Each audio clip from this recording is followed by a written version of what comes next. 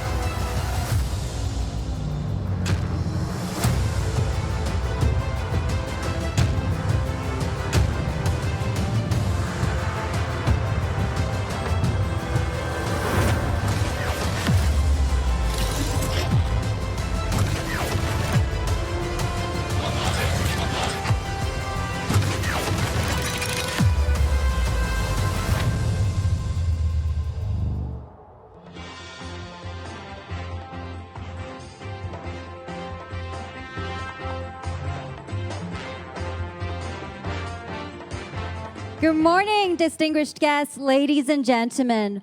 Welcome to the Hong Kong Web3 Festival 2023, co-hosted by Wanxiang Blockchain Labs and HashKey Group and organized by W3Me. My name is Jasmine. It's my great pleasure to be your MC for today's event. 尊敬的各位嘉宾、各位业界同仁，大家好，我是今天的主持人 Jasmine。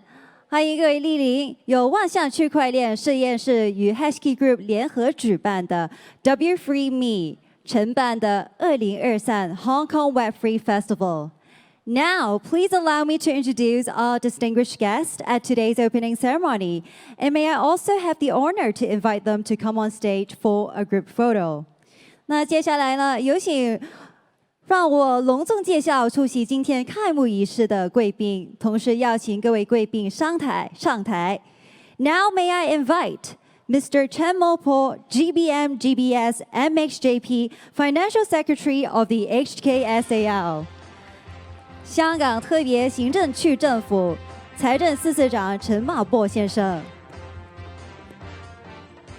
Mr. Xiao Feng, Chairman of Wanxiang Blockchain and HashKey Group, 万象区块链董事长 HashKey Group 董事长肖峰先生。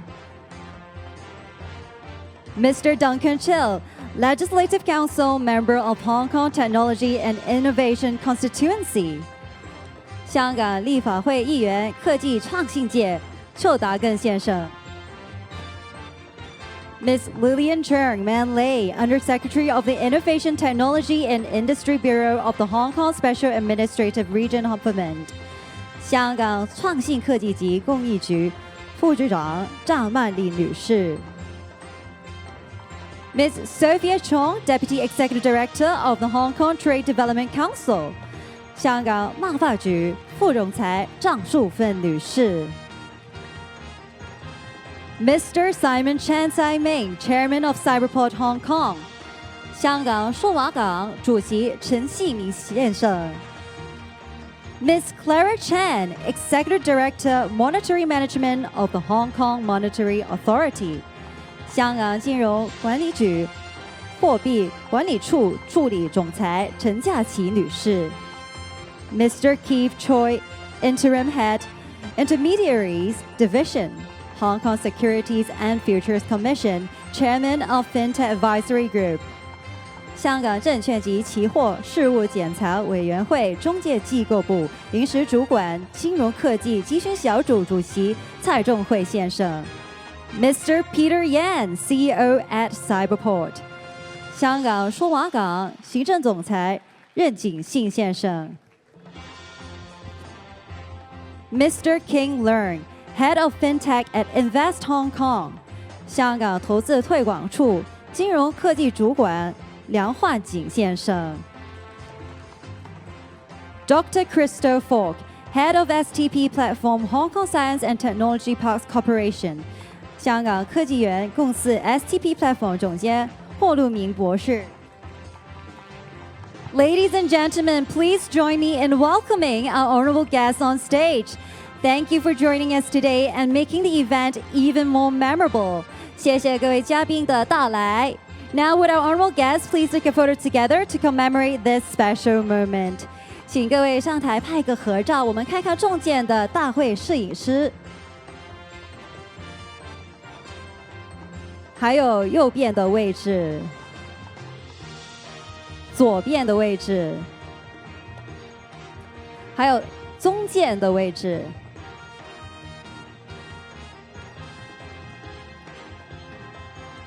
好，谢谢各位。Thank you once again. A big round of applause to our honorable guests on stage for making the event even more special. Thank you, everyone. Would our honorable guests please be seated? 谢谢各位，请就坐。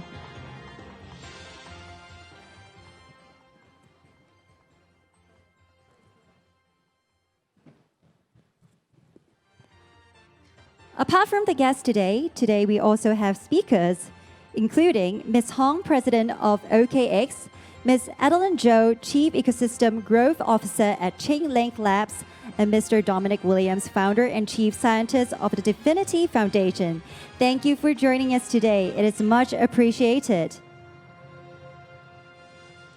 除了以上的嘉宾，出席今次开幕仪式的演讲嘉宾还有 Mr. Ronick Chan Chun Ying, Member of the Legislative Council, 香港立法会议员陈振英先生 ，Ms. Elizabeth Kwok, Member of the Legislative Council, 香港立法会议员葛佩范女士 ，Mr. Tan Yu Hang, Member of the Legislative Council, 香港立法会议员谭玉恒先生。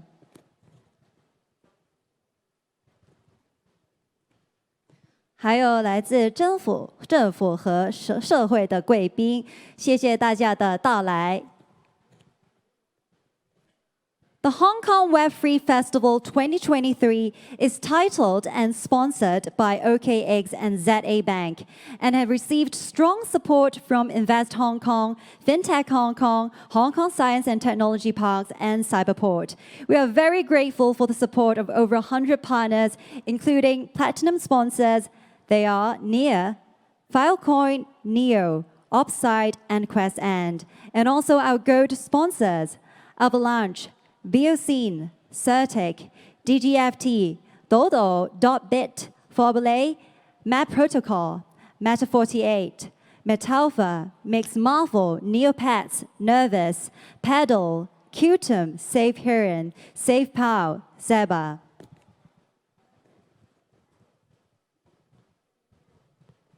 Waterdrip and ZKP Lab. Once again, a big round of applause to all our sponsors today. Thank you for your great support. On 31st of October 2022, Hong Kong's Financial Services and the Treasury Bureau published a policy statement on development of virtual assets in Hong Kong, setting out its vision, approach, and future steps to develop the virtual asset industry and ecosystem in Hong Kong. This is one of the reasons why we are hosting the first Web3 Festival in Hong Kong. The Hong Kong government has been actively promoting the development of the virtual asset and Web3 industries. The event brings together the top figures, technology projects, and capital in the global Web3 industry, and is a great opportunity to explore Web3 technology. And also accelerate industry development. The Web3 Festival features one main stage and 4 substages covering various technology fields of the Web3 world. Additionally, there are exciting side events brought by our partners. We believe that everyone will gain valuable insights from this festival. It is also worth mentioning that the Hong Kong Web3 Festival 2023 is held with the newly launched Business of Innovation and Technology Week, which includes the InnoX, Hong Kong Spring Electronics Fair, Digital Economy Summit, and Hong Kong International Spring Lighting Fair events. Together, these events highlight Hong Kong's advantages as an international center for innovation and technology.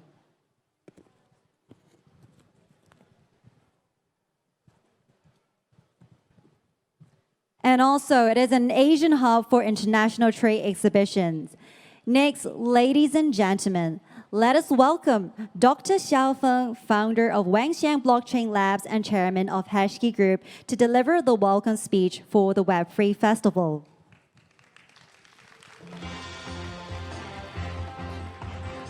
接下来，我们有请万象区块链 HashKey Group 董事长夏凤博士为 Web3 Festival 致欢迎词。有请。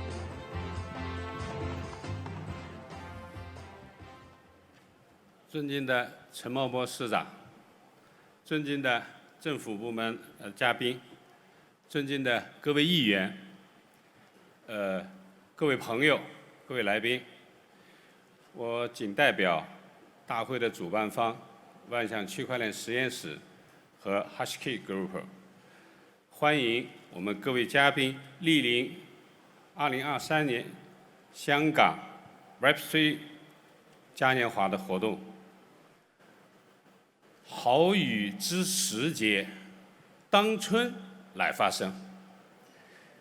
这样一场嘉年华的活动，就是在我们香港的几场好雨的浇灌之下发生的。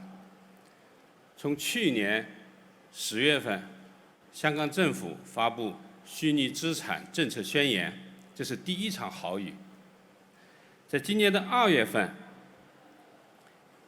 陈茂波市长发表了财政预算案，这里面有专门的章节，并且有资金上的支持对 Web3 的事业，这是第2场好雨。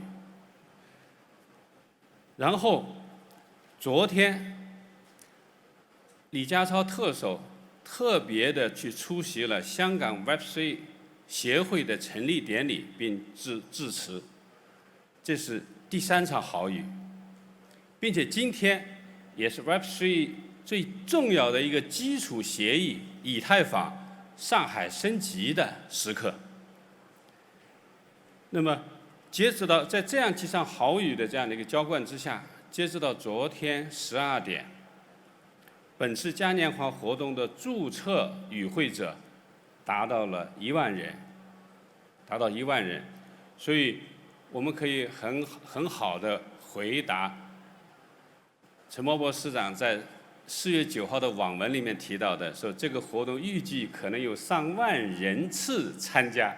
现在3万人次参加这个任务，我们肯定是可以完成的。谢谢。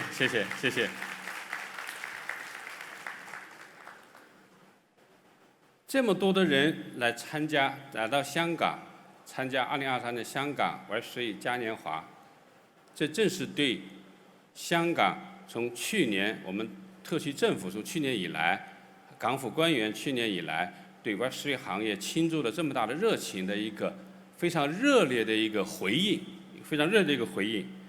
那作为 Web3 的从业者之一，我们非常感谢特区政府。感谢特区政府官员，感谢我们特区立法会议员们，因为在我从去年5月份来到香港之后，我真的非常切身地感受到了对我们的鼓舞、支持和帮助，这是非常切身的一个体会。当然，我也知道，作为一个 Web3 的从业者，这么一份沉甸甸的热爱，其实对我们自身来说是一份沉甸甸的责任。所以我们非常的同意，并且我们也会积极的回应陈茂波市长在4月9号网文里头所讲到的，对 Web3 的发展 Web3 守正创新、稳慎前行的这样一个网文里面所提到的适当监管与推动发展双轮驱动。同时，我们也非常认真地认识到，非常深切地认识到 ，Web3 这样一个行业是非常创新的一个行业，因此我们应该遵守的是相同业务、相同风险、相同规则，必须在这样一个3原则指导之下来从事这样一个 Web3 的这样一些创新和创业，这方能保证我们真的是稳慎前行。做到了这个，才能让 Web3 在香港行稳致远，我们这些从业者才有一展身手、实现自己理想的一个空间。所以呢，在此我呼吁我们 Web3 的所有从业者，我们要认认真真的来讲好香港 Web3 的故事。我们认真的讲好了，负责任的讲好了 Web3 的故事，也就是参与讲好了香港故事，为我们 Web3、为华人的 Web3、为亚洲的 Web3 行业，我们去找到一个根据地、一个基地，打好一个非常好的基础。最后，我还是要再一次的感谢陈茂波市长，我们政府的各位嘉宾，以及今天莅临现场的各位议员，以及我们全体的与会者，再一次的谢谢大家。感谢肖峰博士的欢迎致辞，谢谢。Thank you, Dr. Xiao. Thank you, Dr. Xiao, for officially kicking off the Web3 Festival. Now, ladies and gentlemen, please welcome Mr. Chen Mopo, GBM, GBS, MHJP Financial Secretary of the HKCEC to deliver the opening remarks. Ladies and gentlemen, please join me in welcoming Mr. Chen Mopo on stage. 唔該，早晨。肖峰董事長，Duncan， 各位嘉賓，各位 Web3 業界的朋友們，早上好！很歡迎大家到香港，也很高興出席2023香港 Web3 嘉年華的開幕式。这一次为期4天的嘉年华会，汇聚了全球 Web3 的技术领袖、专家学者、业界的精英，是一个大事。很高兴晓得报名参加的人，在这里分开5个会场，已经超过1万人。大家在这里，就是要就 Web3 的全球的发展的趋势，跟热门的议题进行交流和讨论，共商未来的发展。在此，我首先对嘉年华会的成功举办表示热烈的祝贺，也祝愿这4天的活动圆满成功。各位远道而来的朋友，这几天在香港生活愉快，收获丰硕。说起 Web3， 可以说意见非常的纷纭。我认为呢，应该从科技变革的历史视角去看待 Web3 的发展。科技的变革一直引领着商业营运的创新，而商业的行为也会反过来驱动更多科技的变革。这个循环往往成为了经济不断向前发展的一个动力。电脑跟互联网就属于这一类的变革的力量。微软和苹果公司在上一个世纪70年代成立，他们让电脑逐步成为被广泛应用的工具。在电脑的绚丽和容量不断提高的时期，光纤作为通讯网络的骨干也日益普及，两者叠加，积极带动了互联网发展的潮流，制造了巨大的商机。乘着科技发展，互联网从作为特定的机构的沟通渠道转向 Web 1.0，成就了一批以汇聚和发放资讯为基础的企业。过去大概20年，互联网在发展成为 Web 2.0，兼具社交互动的面向，加上移动终端设备的普及，造就了新一代的巨型的企业。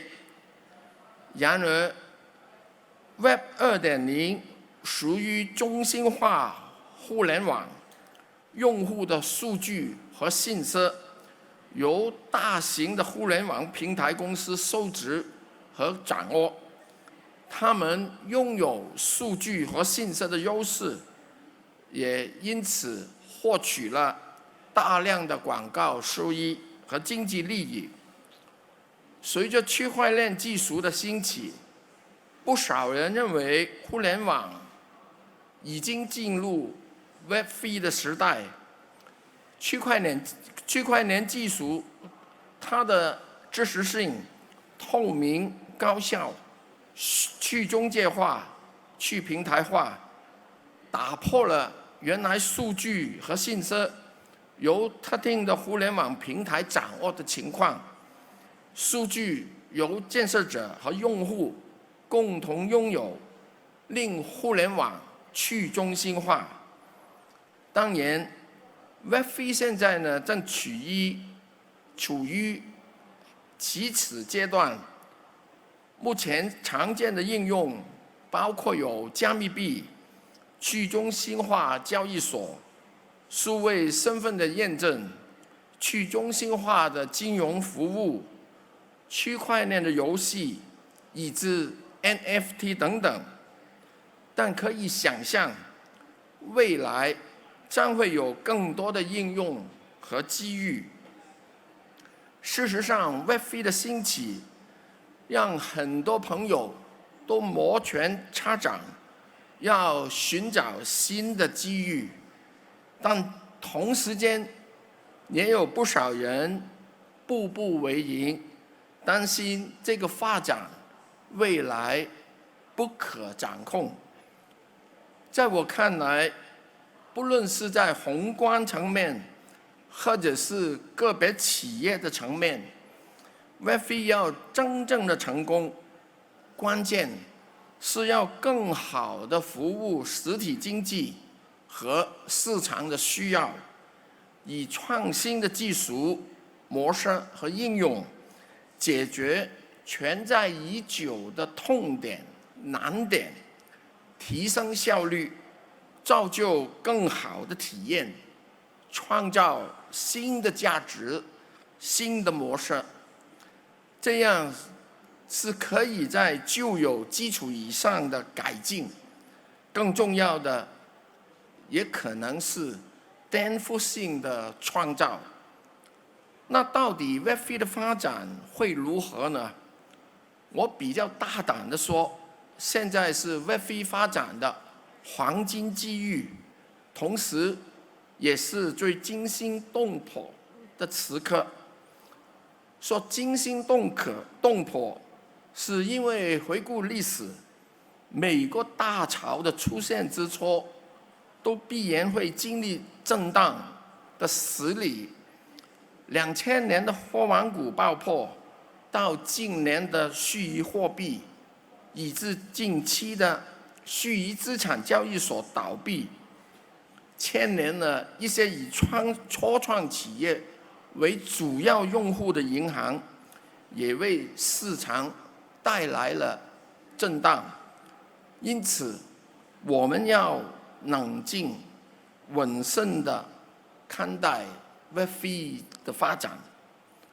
说是黄金机遇，是震荡之后剩下来的市场的参与者都会变得更强，投资者会变得更冷静，市场力量将会促使企业技术和应用并发出新的力量、新的模式，让有实力的公司可以挺得到市场腾飞的阶段。另一个方面，政府和监管机构一般也会吸收经验，在震荡过后制定合适的监管策略，堵塞漏洞，管理风险，让市场可以稳胜持续的发展。从历史看， Web3 的发展在经过震荡阶段以后，会再次快速增长。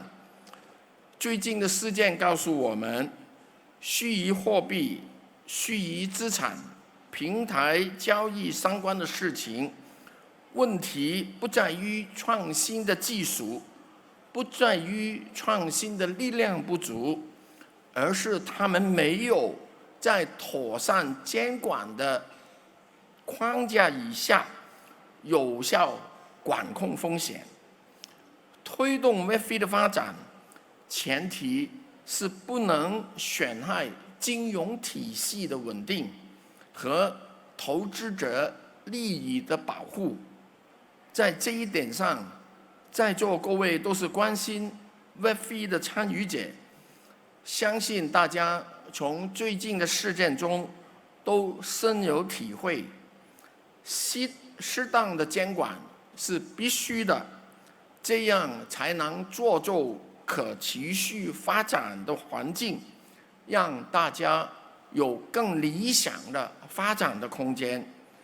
在这个大前提以下，香港积极拥抱 Web3 发展，作为起步点，刚才肖总已经说了，我们在去年10月份发表有关虚拟资产在香港发展的政策宣言。简单说，我们会推动虚拟资产市场可持续和负责任的发展，在相同业务、相同风险、相同规则这一个监管的思路下，让虚拟资产最大程度的创新和发展。自从这个宣言发表以后，在过去半年多， Web3 圈的朋友们都关注香港在这方面的发展，当中有不少已经落户香港，我们表示热烈的欢迎；也有一些经过长时间的观察，终于最近确定来了，现在来还不迟，欢迎更多朋友过来。我在今年的财政预算案中，以高质量发展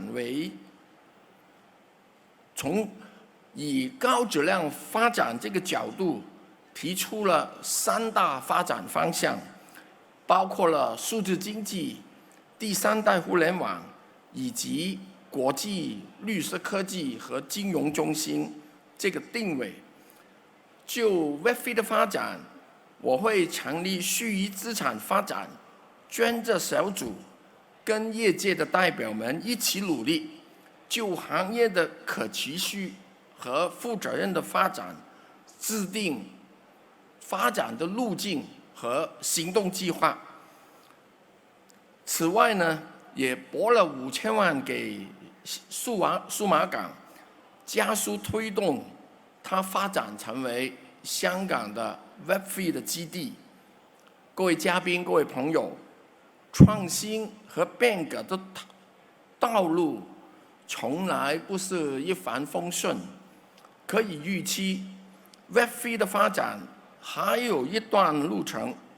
虽然如此，经过分析形势，总结其他地方和市场的一些经验，我们认为 Web3 能为市场带来的效益，能为市场和社会解决难点痛点，是大有可为，这也是未来不可移转的一个趋势。特区政府对 Web3 在香港的发展充满期盼，我期望大家能紧扣稳慎推进和解决痛点这2个核心的要素，合力在香港构建蓬勃的 Web3 生态圈，引领更多技术突破、模式创新、应用创新。我深信，大家以香港作为基地，将我们的足迹扩展到东盟市场、亚太市场以至全球，将会是机遇处处，风光无限。今天的大会有不少讨论的环节，我期待与会的朋友可以就不同的议题做更深入的探讨，譬如怎么样利用区块链技术推动绿色科技和绿色金融的更好发展，以及如何协作传统的企业借助新的技术来提高营运的效益。希望大家的真知灼见能够引领 Web3 的创新路向。各位朋友，你们很多都是从境外特意过来，我们非常欢迎，也非常感激。大家工作以外，也希望大家多享受香港这个城市。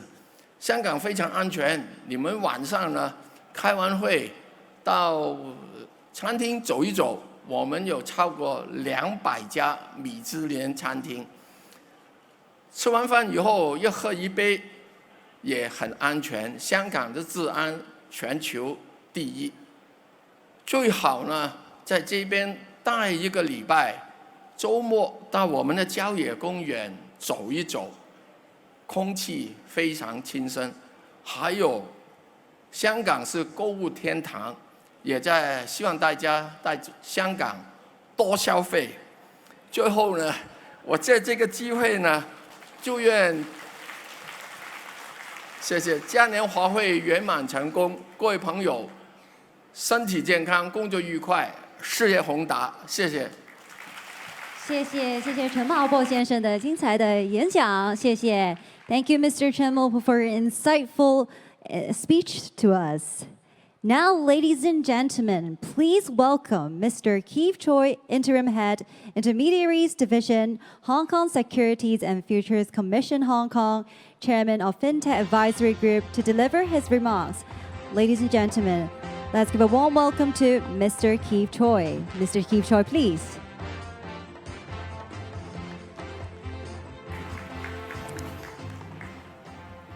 Good morning. It's an honor to be invited to speak at this wonderful festival. Over the past few years, there have been so many amazing developments and breakthroughs across various technologies. For example, we are seeing enterprises incorporating artificial intelligence within their businesses. Central banks, financial institutions are exploring the benefits of using distributed ledger technology, DLT. Now, just a few weeks ago, I experienced firsthand the wonders of ChatGPT. Now, the potential applications of this technology and the like, and their ramifications are huge. We have seen news reports that financial firms are testing the tool and using it to write research reports. I must confess, the thought of using ChatGPT to write this speech has also come across my mind. But I have thought better of it. And that's because the novel technology has its own limitations and faults, including the fact that it sometimes produces plausible sounding but incorrect responses to questions. Give you one example. An asset manager asked ChatGPT to give 10 stocks that would benefit from virtual reality as a theme. ChatGPT provided 7 names.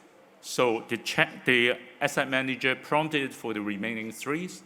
ChatGPT make up 3 fake names.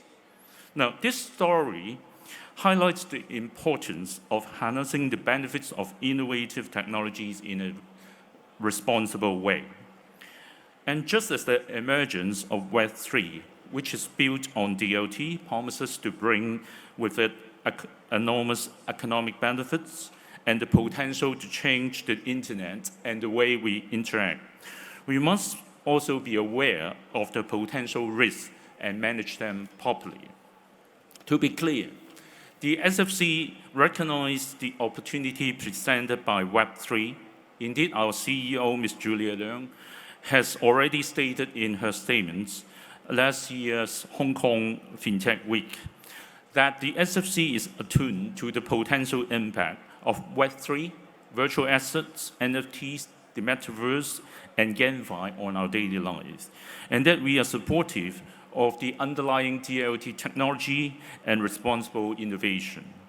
So let me take the opportunity today to share with you the SFC regulatory stance and policy initiatives in relation to 2 very important topics, centralized VA trading platform and decentralized finance. So let's start with DeFi.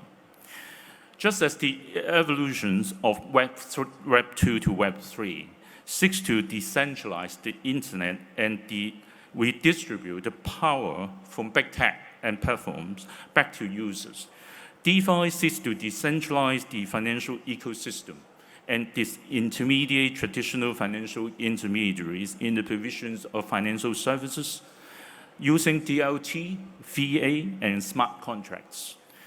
The original idea behind DLT was to democratize finance such that any user with an internet connection and a wallet for storing VA could access DeFi services. Proponents believe that if the ethos behind DeFi is implemented, then this would cause a seismic paradigm shift in the financial services industry. We already see that many traditional financial products and services have equivalents in DeFi, including trading, borrowing and lending, asset management, insurance, and derivatives. However, DeFi presents its own set of regulatory issues. First, there are financial stability implications arising from the interconnectedness within DeFi and VA ecosystems, as well as between DeFi and the traditional financial worlds. Financial stability concerns also arise from the leverage obtained by, for example, posting VA borrowed from one VA borrowing and lending protocol as collateral to obtain further borrowing.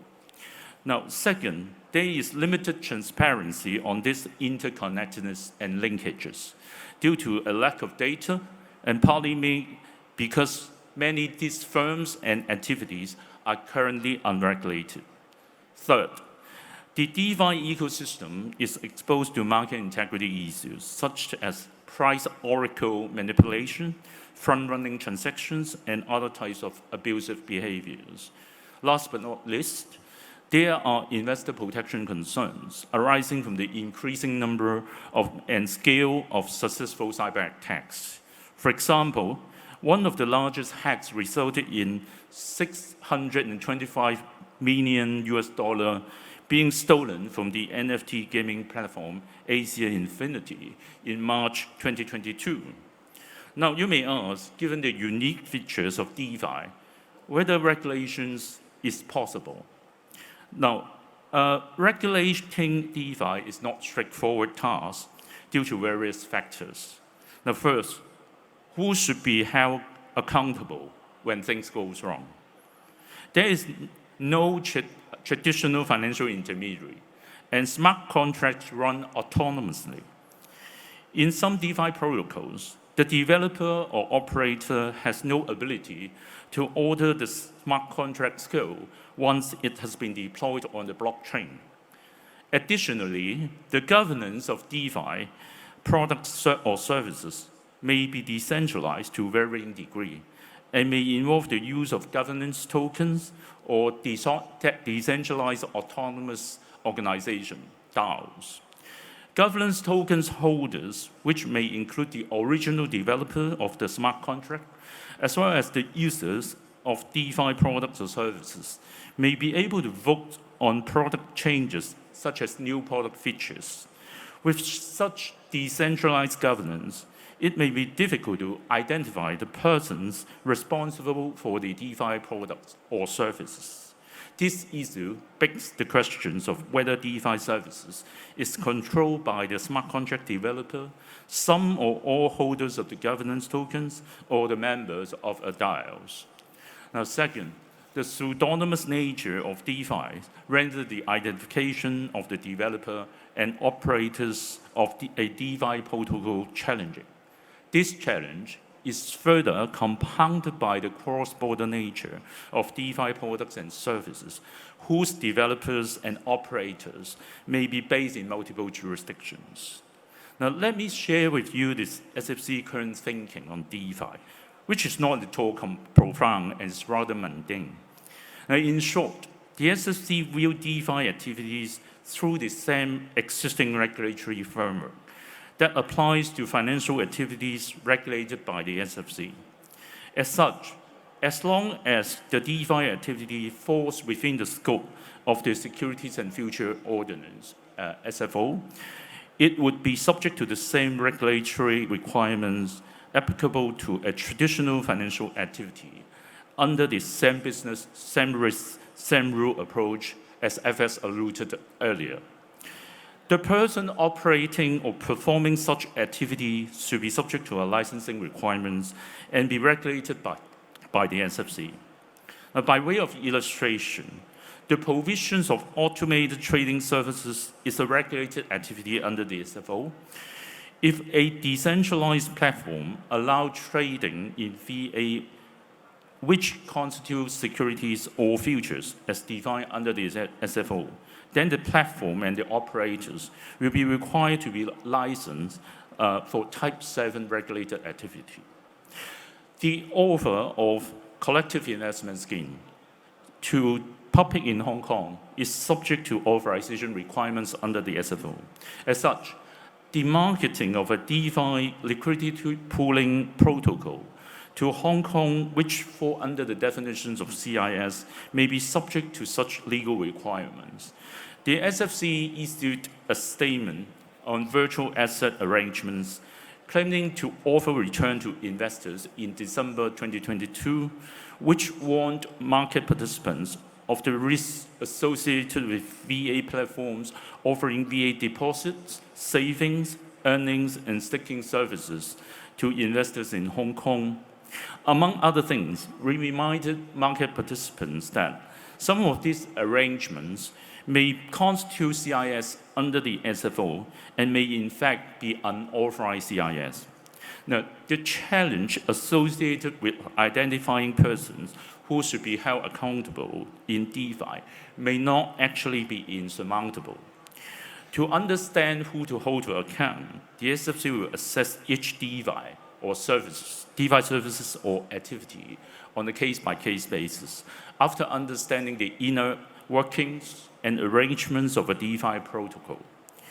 But with regards to some of the challenges outlined earlier, I would like to point out some DeFi protocols may be decentralized in name only.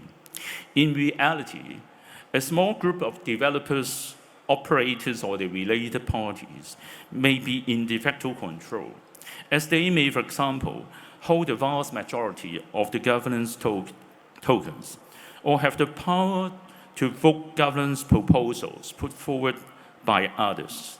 Now, as such, when analyzing this issue, it is important to look through to the actual substance of the DeFi arrangements rather than how they are labeled. Now, next, I will talk about centralized VATPs. Now, to date, the SFC has focused more on centralized VATP, as this is where the majority of the VA trading takes place. And this touch point with the investor public poses investor protection concerns. This explains why when the SFC introduced in 2019 a comprehensive opt-in regime for the regulation of VATPs, which provided trading services in at least one securities token. This regime covered requirements which were applicable to traditional brokers and automated trading services venues, with certain adaptations to cater for the specific risks of VA.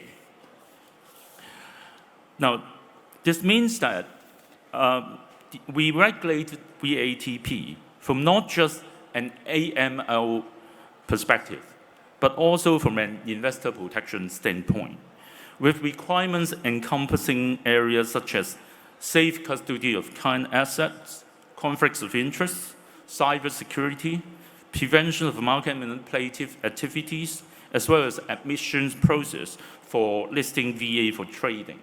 Now, as you may be aware, following from the passage of the Anti-Money Laundering and Counter-Terrorist Financing Amendment Bill 2022 by the Legislative Council, the SFC is looking to implement a new licensing regime covering centralized VATPs, which enable trading in non-securities token.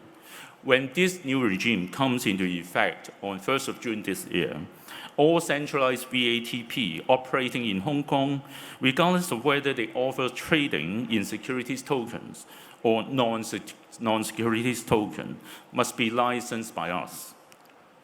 Now, the events of crypto winter have only reinforced our resolve and conviction that it is necessary to set rigorous standards for the regulation of VATPs, with appropriate guardrails in place to protect investors, market integrity, and market stability. Although these events demonstrated the size of the VA market is not yet large enough to cause systemic risk concerns, we must not forget that real consumer harm was caused.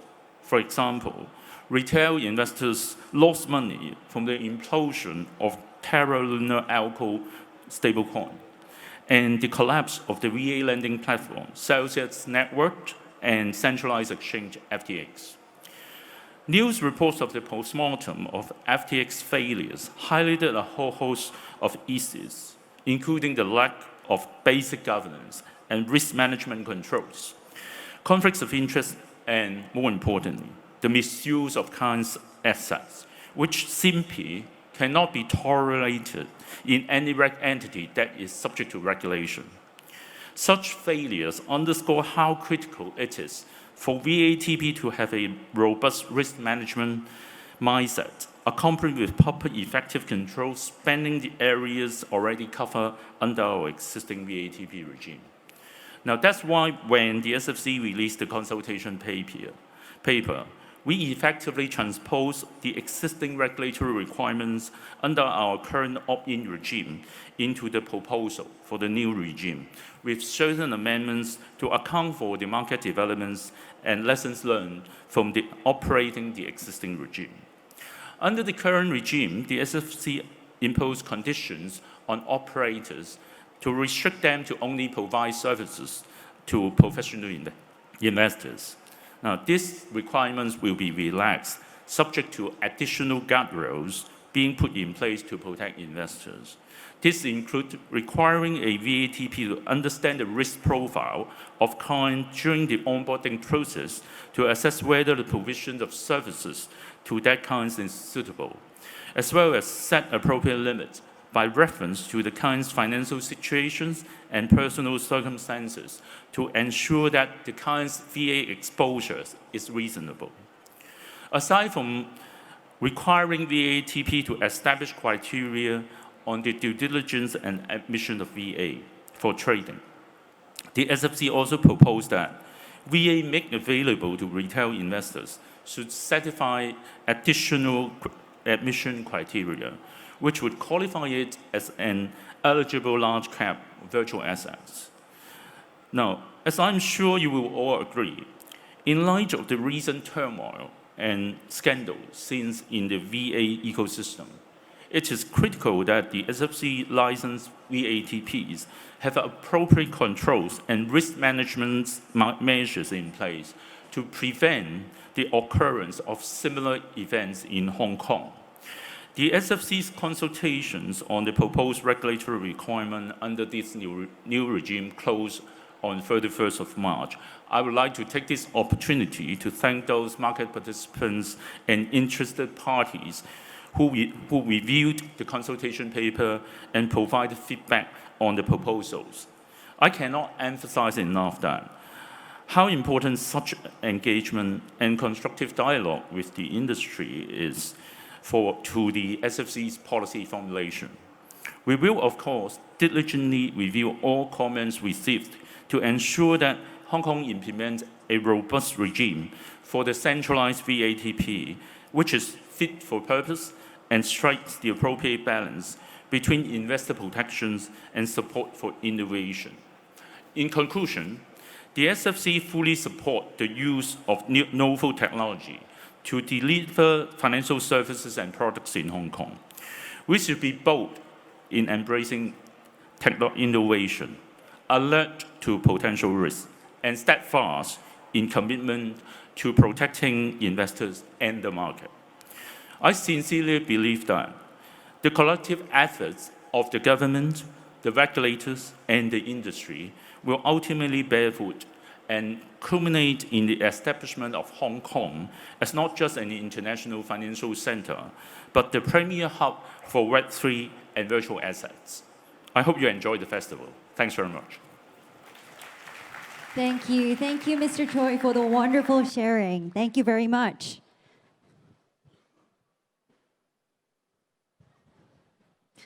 A friendly reminder for all of you, simultaneous interpretation is provided. You can scan the QR code on the brochure and listen to the simultaneous interpretation through your mobile phone.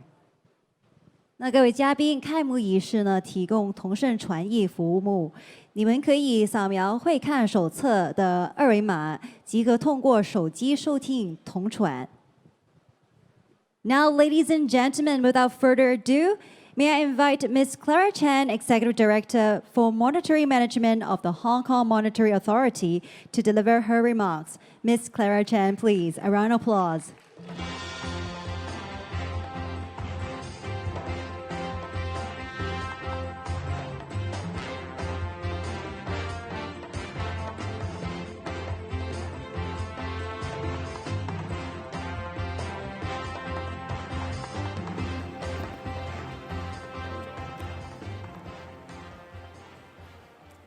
Financial Secretary, Dr. Xiao, ladies and gentlemen and distinguished guests, good morning.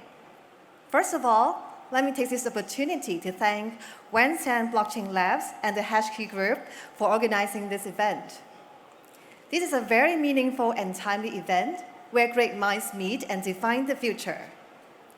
And it is my great pleasure to be here to share with you the Hong Kong Monetary Authority's vision and initiatives in supporting Hong Kong's development in terms of the virtual asset industry.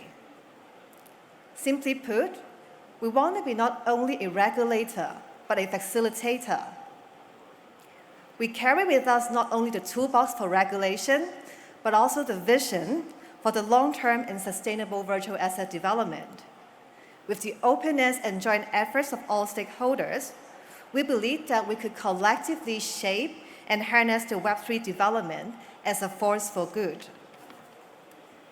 As an international financial center, Hong Kong is always open and inclusive towards the global community of innovators in the Web3 as well as virtual asset industry.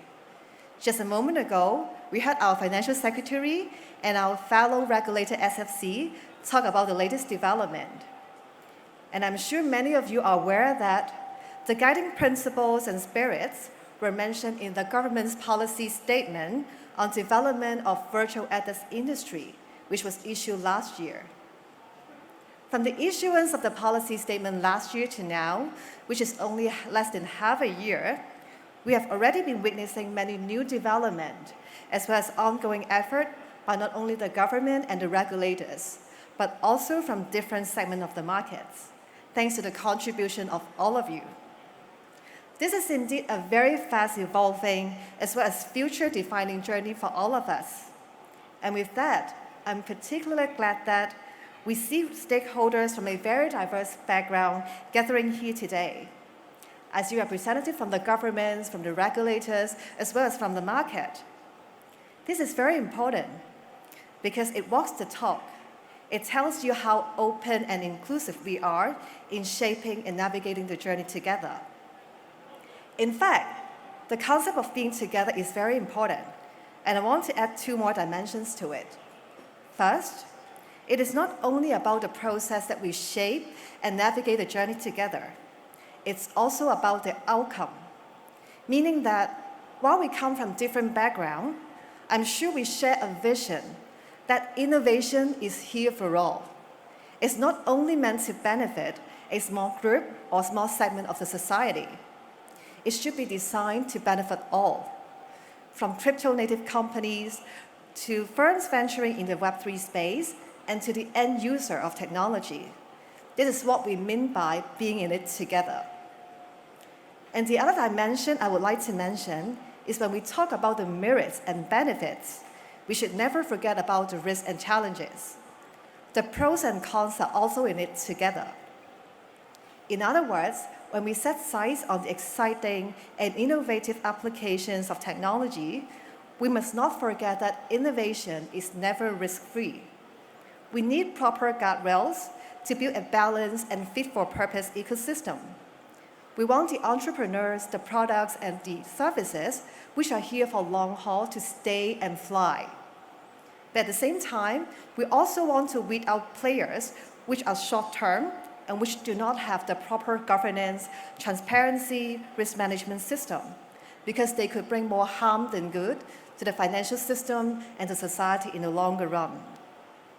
At the Hong Kong Monetary Authority, maintaining the stability of Hong Kong's financial and monetary system, as well as furthering Hong Kong's status as an international financial center, are 2 of our very critical functions. Talking about challenges and risks just now, I want to add that not all the use cases in Web3 or technology that we are seeing today and coming across will flourish. Some of them may stay and fly, some others may need to struggle to survive, and some may just fail and disappear. The fact that some of them need to struggle and some of them will fail, it doesn't mean that per se we should cast doubt on the fundamentals of Web3 development. But at the same time, this reminds us that it is very important to have the guardrails and oversight regime. Precisely because some of these entities may fall and disappear, we need to ensure upfront that no undue impact will be brought to our financial system and society when this happens. As a regulator, and together with other fellow regulators in Hong Kong, we aim to draw up our regulatory regime with risk-based guardrail to promote the sustainable and responsible development in the longer run. As a facilitator, we also want to catalyze nascent segments of the market by various initiatives, including pilot projects. As a regulator, we all witness the boom and bust rise in the virtual asset sector. We do not need a crystal ball to tell that many of those volatilities or shocks may come as triggered by different events or possibly in different forms in the future. This precisely demonstrates that it is important to have guardrails to ensure the safety and soundness of the system at all times and in the longer run. This is very important to the members of our public, because they could be the users and also investors of these products and services. To this end, our regulation seeks to maintain our core principle of same activity, same risk, and same regulation. We want the potential risk to be mitigated and managed in a timely manner and in line with international standards.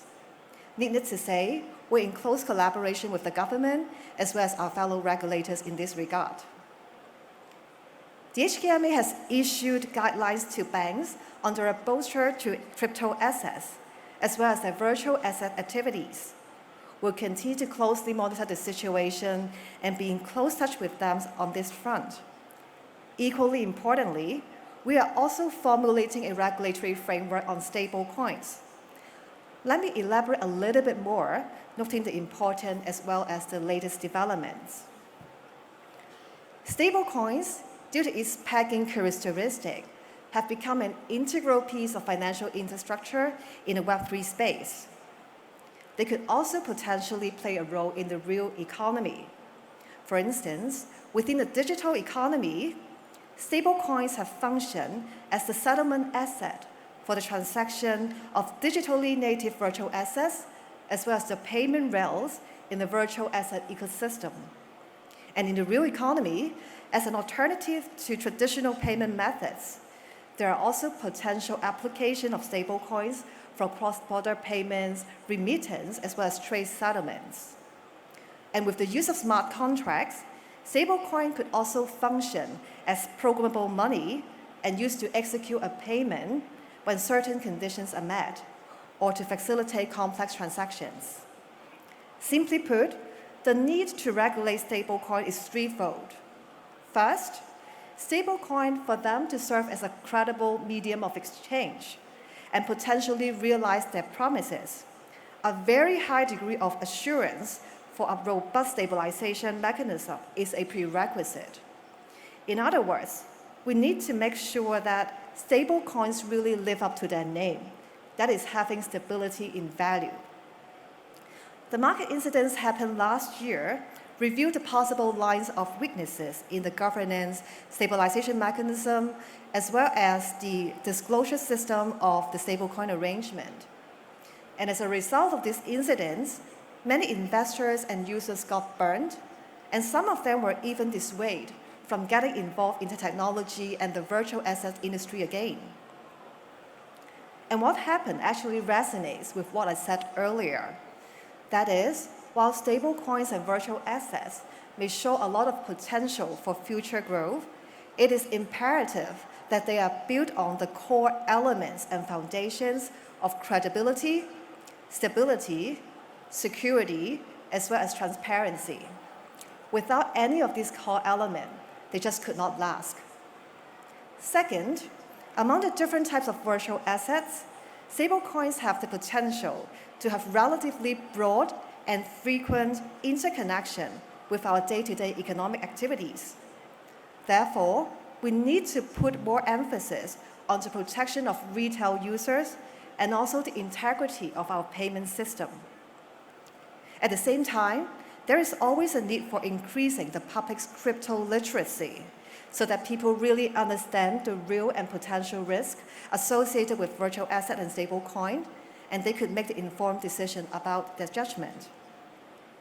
Third, it's very important also to note that stablecoins could also be a channel for risk transmission between the traditional financial system and the virtual asset ecosystem.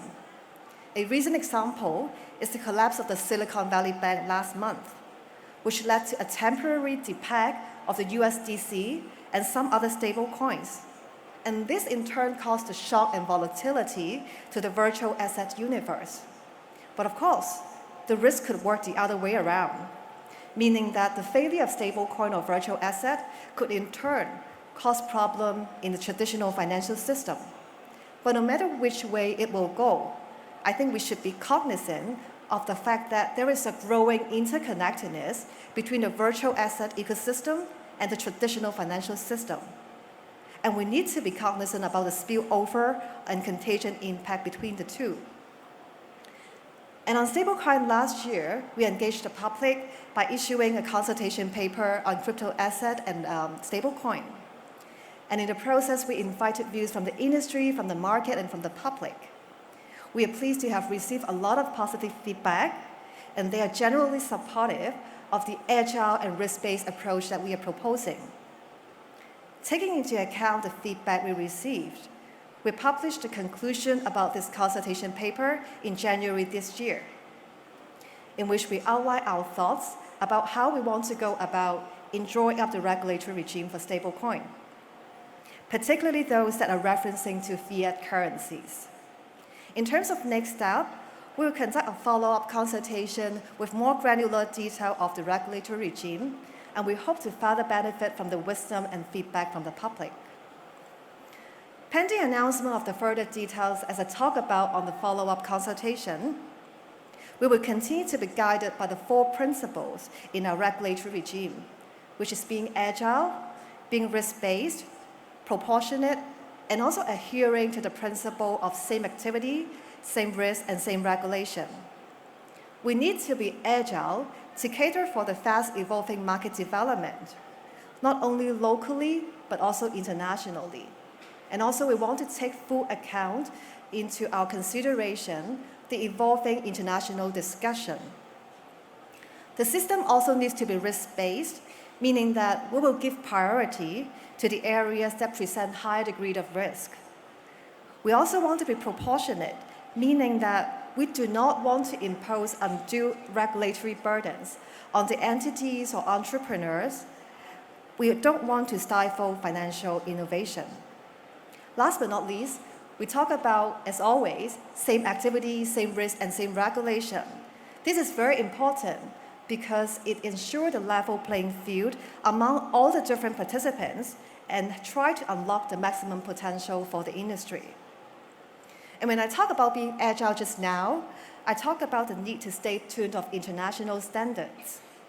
In this regard, the HKMA is very active in participating in international forums and strive to developing our thought leadership on those fronts. Given the borderless nature of the Web3 world, internationally, we emphasize the importance of having a coordinated regulatory and supervisory approach. For instance, we're an active member of the Financial Stability Board, the FSB, which is an international body that makes recommendations on the relevant crypto assets matters. And their recent and very topical issues include, of course, crypto assets like stablecoins, DeFi, and CeFi, on which we are all actively participating. And specifically on the stablecoin fronts, the HKMA is now co-chairing the workstream on the stables issues and continuing to contribute to and shape the international discussion. We think that it is very important that we stay and have a close view on what other markets and jurisdictions are doing, bearing in mind issues such as regulatory arbitrage. And moving on from the regulatory role to being a facilitator, one of our pilot projects is the issuance of the tokenized green bonds. The project has brought bond issuance, as well as other relevant financial instruments, parties, and activities onto a distributed ledger, which has demonstrated the potential of DLT in reducing cost, enabling end-to-end automation, and potentially upgrading the operations. And as part of this project, we tokenize not only the bond issuance, but also the cash used for settlements. And we use a mechanism similar to the one we use in our cross-border central bank digital currency project, which is called the mBridge. And this brings us to another area we have been working closely on, which is the central bank digital currency, or in short, the CBDC.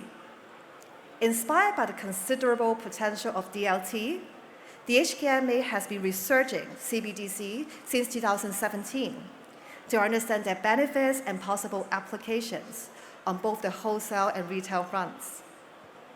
On the wholesale side, our project, which is called mBridge, has been carried out in partnership with some central banks and also the BIS Innovation Hub. It has entered the pilot phase and is among the first multi-CBDC project to conduct real value and cross-border transactions on behalf of corporates. We'll definitely continue our work towards developing mBridge into a minimum viable product and eventually a production-ready system.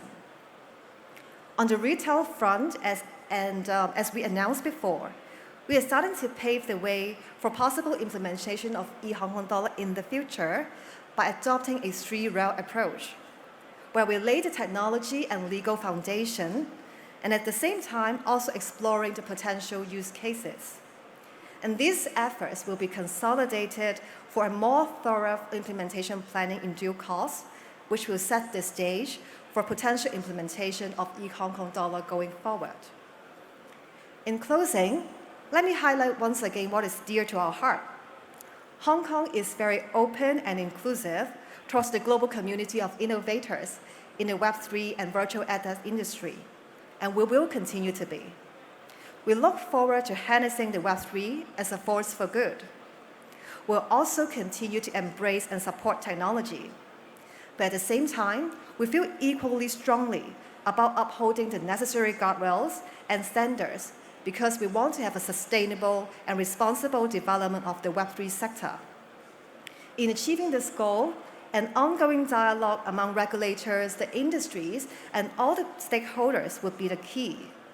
We could never build a vibrant, resilient, and sustainable Web3 ecosystem without this collaboration and engagement. We'll count on all of you for taking this journey forward together with us and making it productive to Hong Kong. With that, thank you once again for having me in this event, and I wish the event a great success. Thank you. Thank you, Ms. Chen, for your valuable remarks. Thank you very much. A gentle reminder for all of you, the opening ceremony provides simultaneous interpretation. You can use WeChat, Twitter, browser, etc. to scan the QR code of simultaneous interpretation on the signage at the entrance of each venue or the conference brochure and listen to simultaneous interpretation through your mobile phone. You're also recommended to bring your headphones to the venue in advance. For those who forget to bring earphones, you can receive a free pair by following these steps. First, take photos of the relevant activities inside the event venue or download event photos from the online album. Secondly, post the event photos on Twitter or WeChat Moments with the tag Hong Kong Web3 Festival 2023. Lastly, you can show your social media posts to the information desk at the entrance of each stage or at this event center to receive a pair of earphones.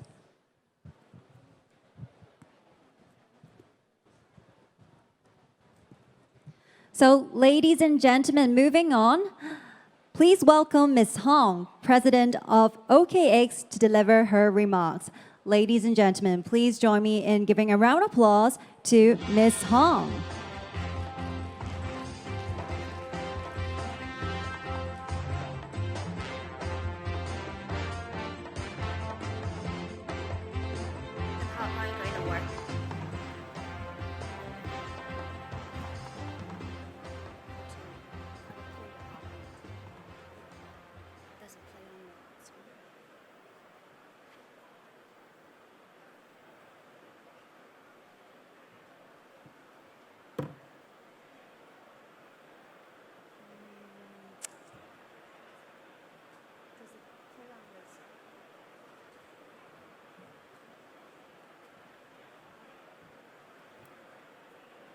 PowerPoint.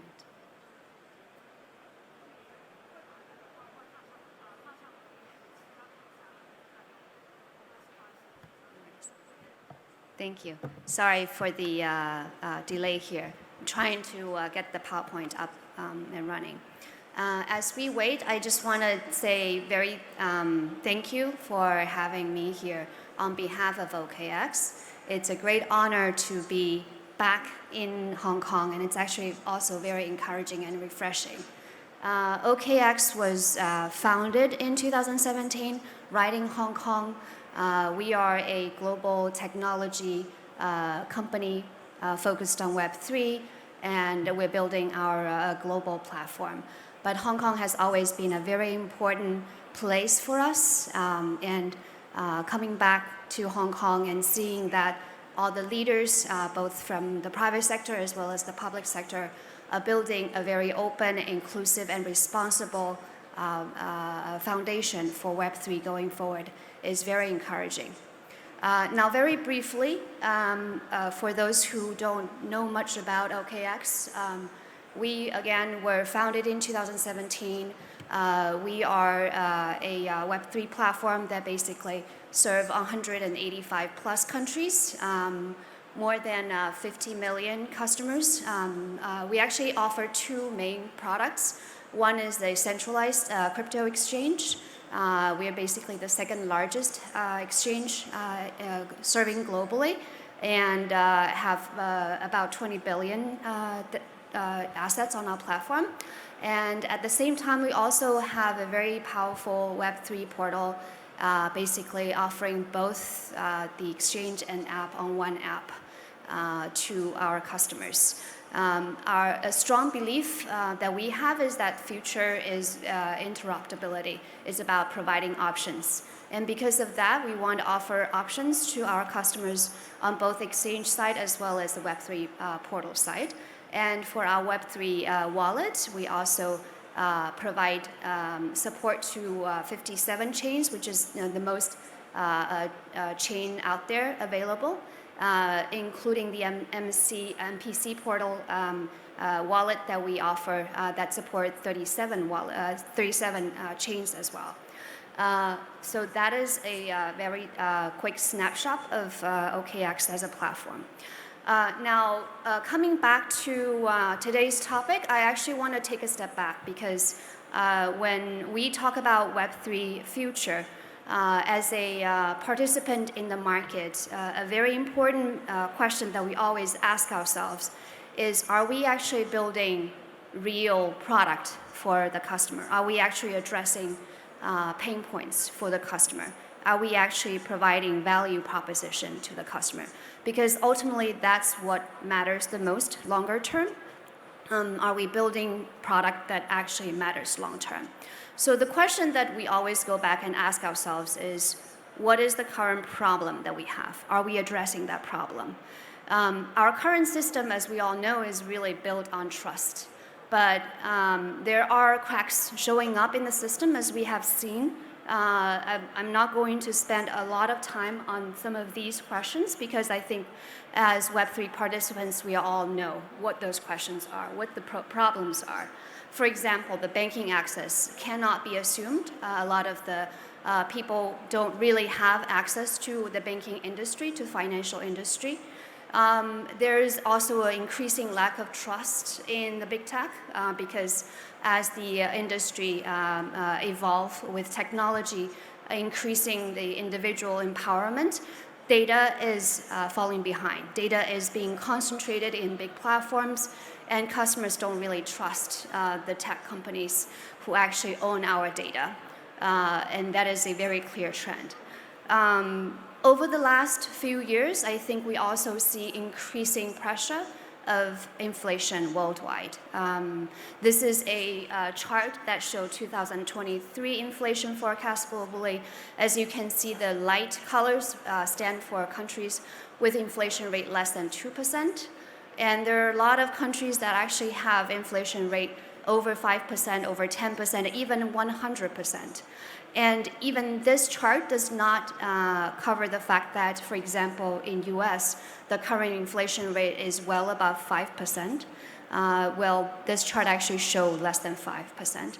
Europe inflation rate is around 7% plus, UK 10%.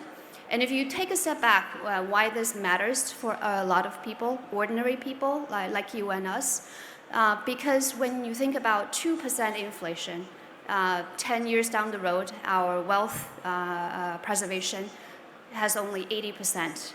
If it is a 5% inflation rate, then we basically lose 50% of value that we create through our hard work.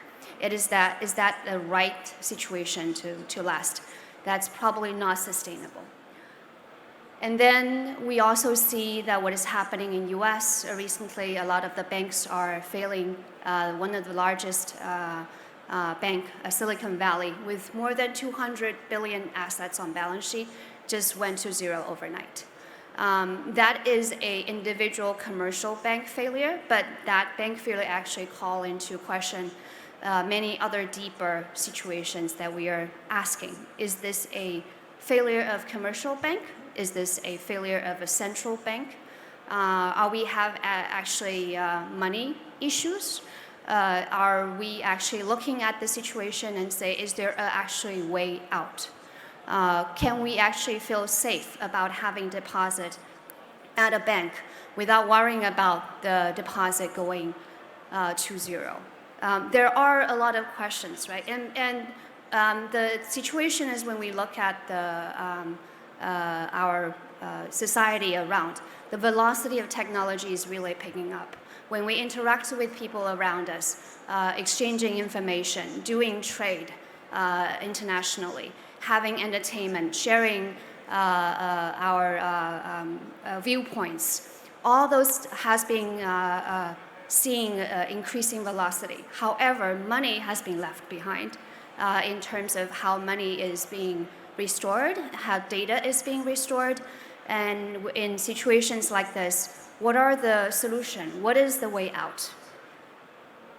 So I think what really comes down to is when we look at the system is telling us the system actually need a rewrite. Because when taking a step back, technology has been doing three main things for us. One is it is increasing the velocity of everything. Everything is going faster. We can actually having faster transportation from one place to another. We can have fast commerce. We can decide where we go to eat, how we actually meet friends, how we actually share information. All these, how everything is being manufactured. There's technology that increases the velocity of everything. Technology is also making things cheaper, right? It serves as a strong deflationary push. It drives down the cost of manufacturing. It drives down the cost of finding the right thing for our needs, finding the right information for our needs. ChatGPT, for example, can give us very accurate information in certain topics. Technology also redefine industry. It collapses industry. It collapses different industries when we actually are seeing with individual having more control over things that they do. However, when we look at the financial system, when we look at our money system, that is still overly centralized in certain organizations, in certain industry participants. And it is about that centralization where we see central points of failure, be it central banks, be it commercial banks, be it other financial intermediaries. We see the point of failure in the system. And when we look at US market, there is general questions about how sustainable the system is. Are we actually facing another financial crisis? What is the way out? Can actually Fed raise cut to contain the inflation? When that happens, what would that do to the financial system? To banks that is probably having a lot of assets sitting on their balance sheet, having very sensitive risk to duration, to interest rate. How would that do to the credit availability to small businesses? Will we see credit crunch? Our small businesses and customers and consumers, would they have more increasing difficulty in accessing credit, in accessing financial payment availability? All that is embedded in the system, and that's why when we look at Web3, the final question is this system something that is waiting for disruption? And I think the clear answer is yes, because we are all here to build something that is different. When the technology gives us more control over everything else that we do, everything else that we run, except for what is actually in the financial system, the question we're asking is, can we actually give individuals more control over money, over financial access, over data, right? And that is the ultimate question that Web3 is here for. Web3 is here to provide more control to individual, to provide more transparency and privacy to individuals in the fundamental money layer, in the fundamental data layer. And that, unfortunately, however, there's always a trade-off between transparency and privacy in the traditional system that we have. And the only way to address that trade-off is through technology. Again, ask ourselves what actually makes money money. That is always a question that I think we need to go back to when we look at money evolution. We started with a very basic barter system, and then gradually the money goes and evolves into more physical tokens, into paper money, and then in modern days when we have e-commerce, we see electronic money coming on the stage. And ultimately, after 2008, Bitcoin was created. There is actually a very interesting trend here if you actually take a step back and look at the history of money and ask ourselves what actually are people looking for in money? What is actually changing and what is actually not changing? What actually changed is the format of money. It becomes less physical over time. It becomes more digital, increasing the ability for money itself to be transferred from one place to another, from one person to another, more easily carryable.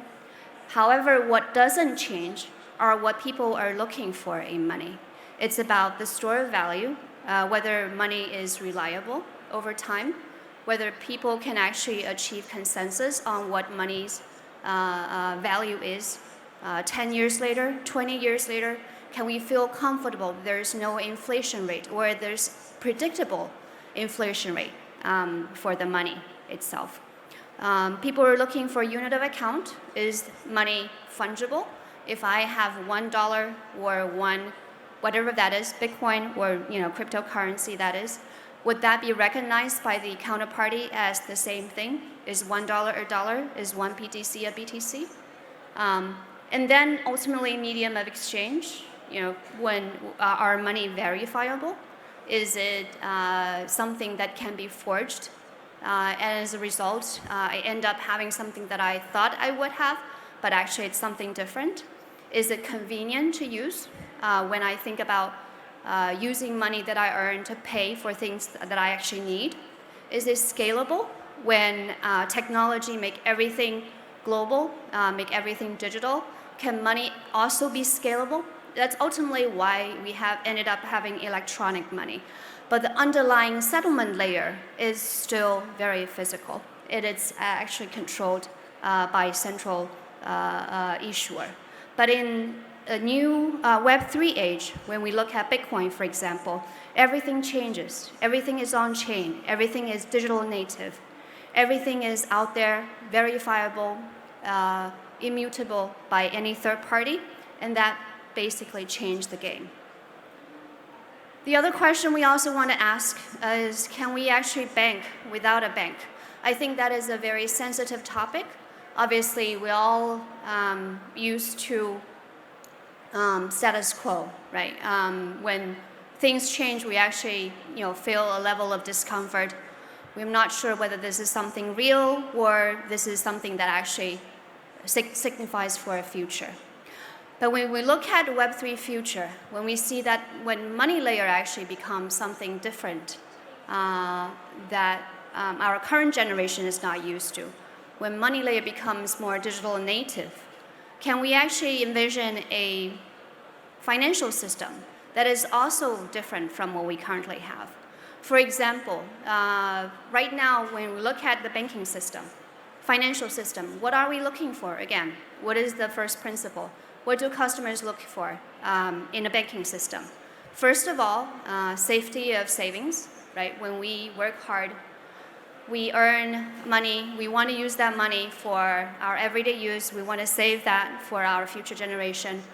For whatever we are not using today, we want to save it for the future. We want to make sure that savings are safe. They're safe basically meaning that The money is going to be there when I actually go and get it, try to get it. And the value of money is going to be there and it will be retained. The second thing we are generally looking for is yield on wealth.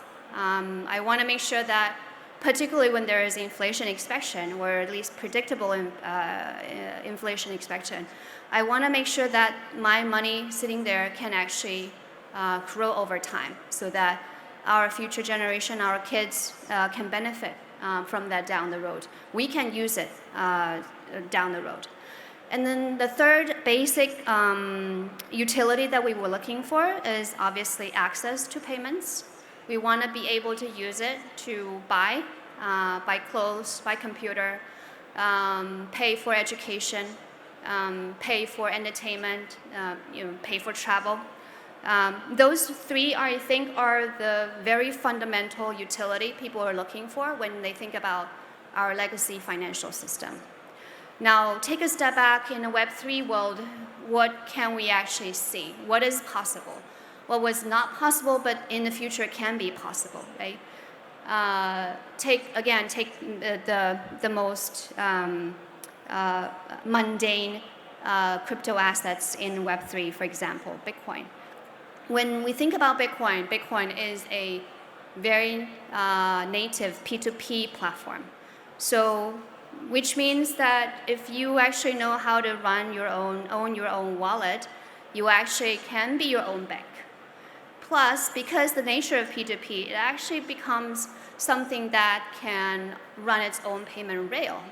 We all know that Bitcoin has second layer Lightning and have other second layer solutions.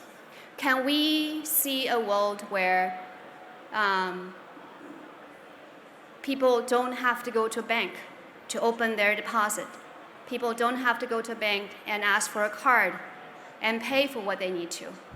The answer is yes, because that reality is already happening. Probably not in US, not in Hong Kong, because US, Hong Kong, we have more established financial infrastructure. More people have access to the existing financial system, but this is definitely happening in countries in Africa and Latin America, where there is a lot more people who don't have access to either safety of saving or access to payments.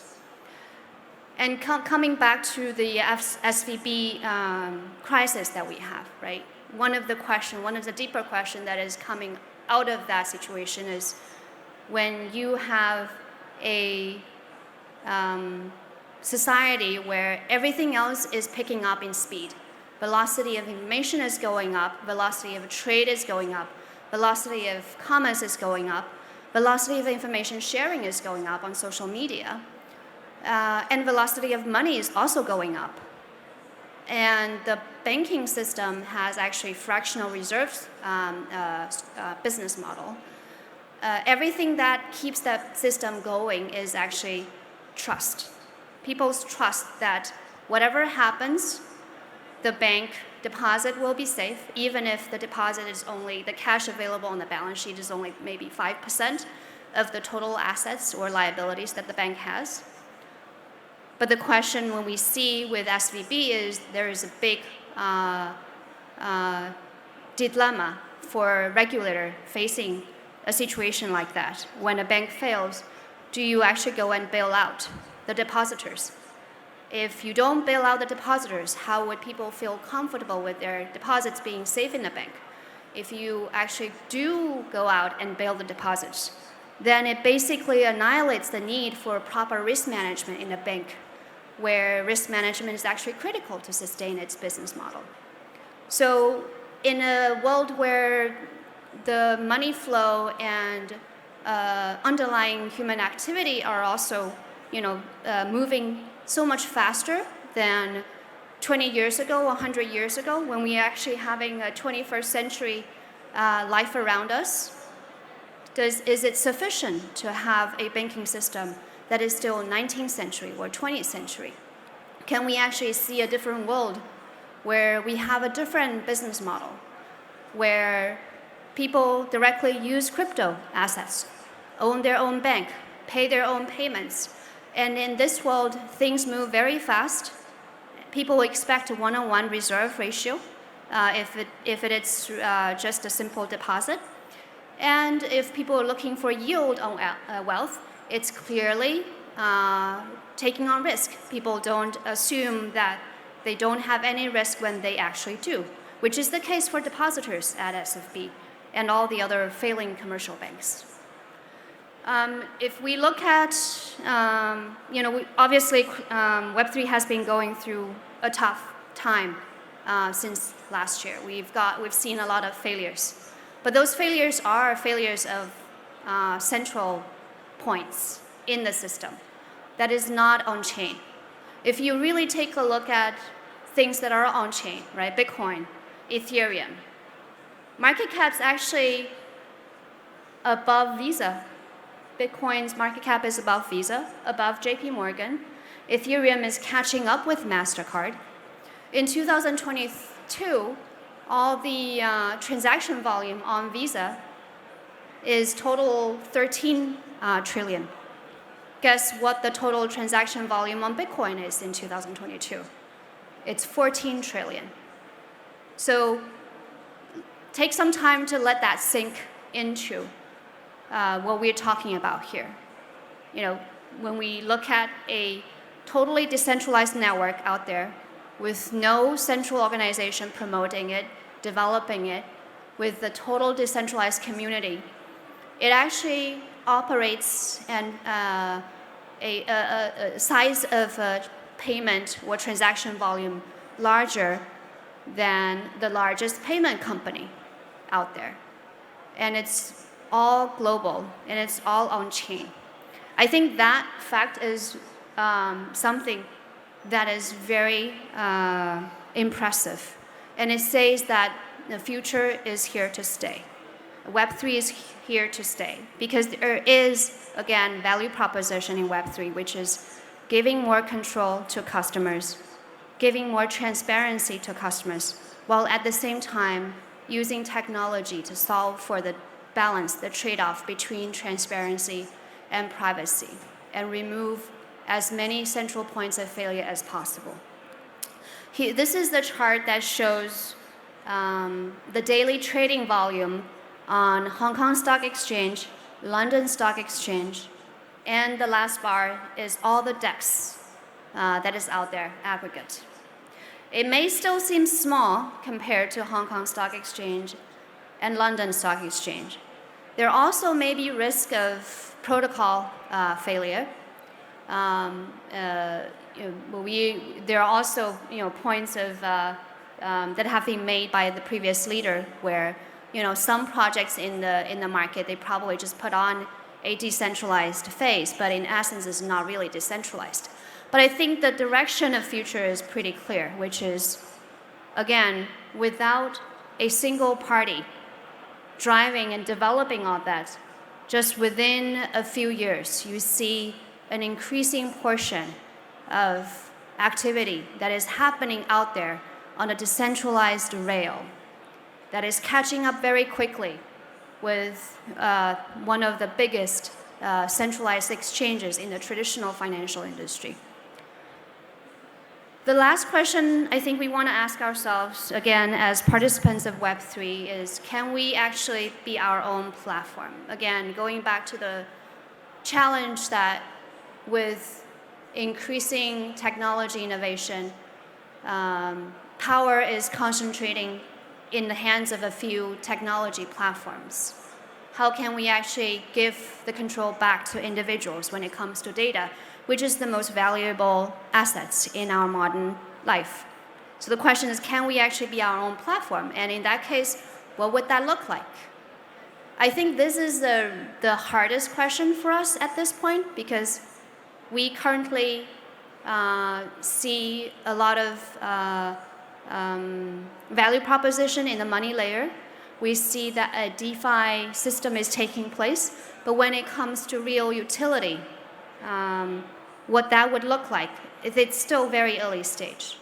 This year we see an interesting debate around Twitter, right? How Twitter is being run by Elon Musk, for example, and the fact that they recently open sourced their algorithm of ranking.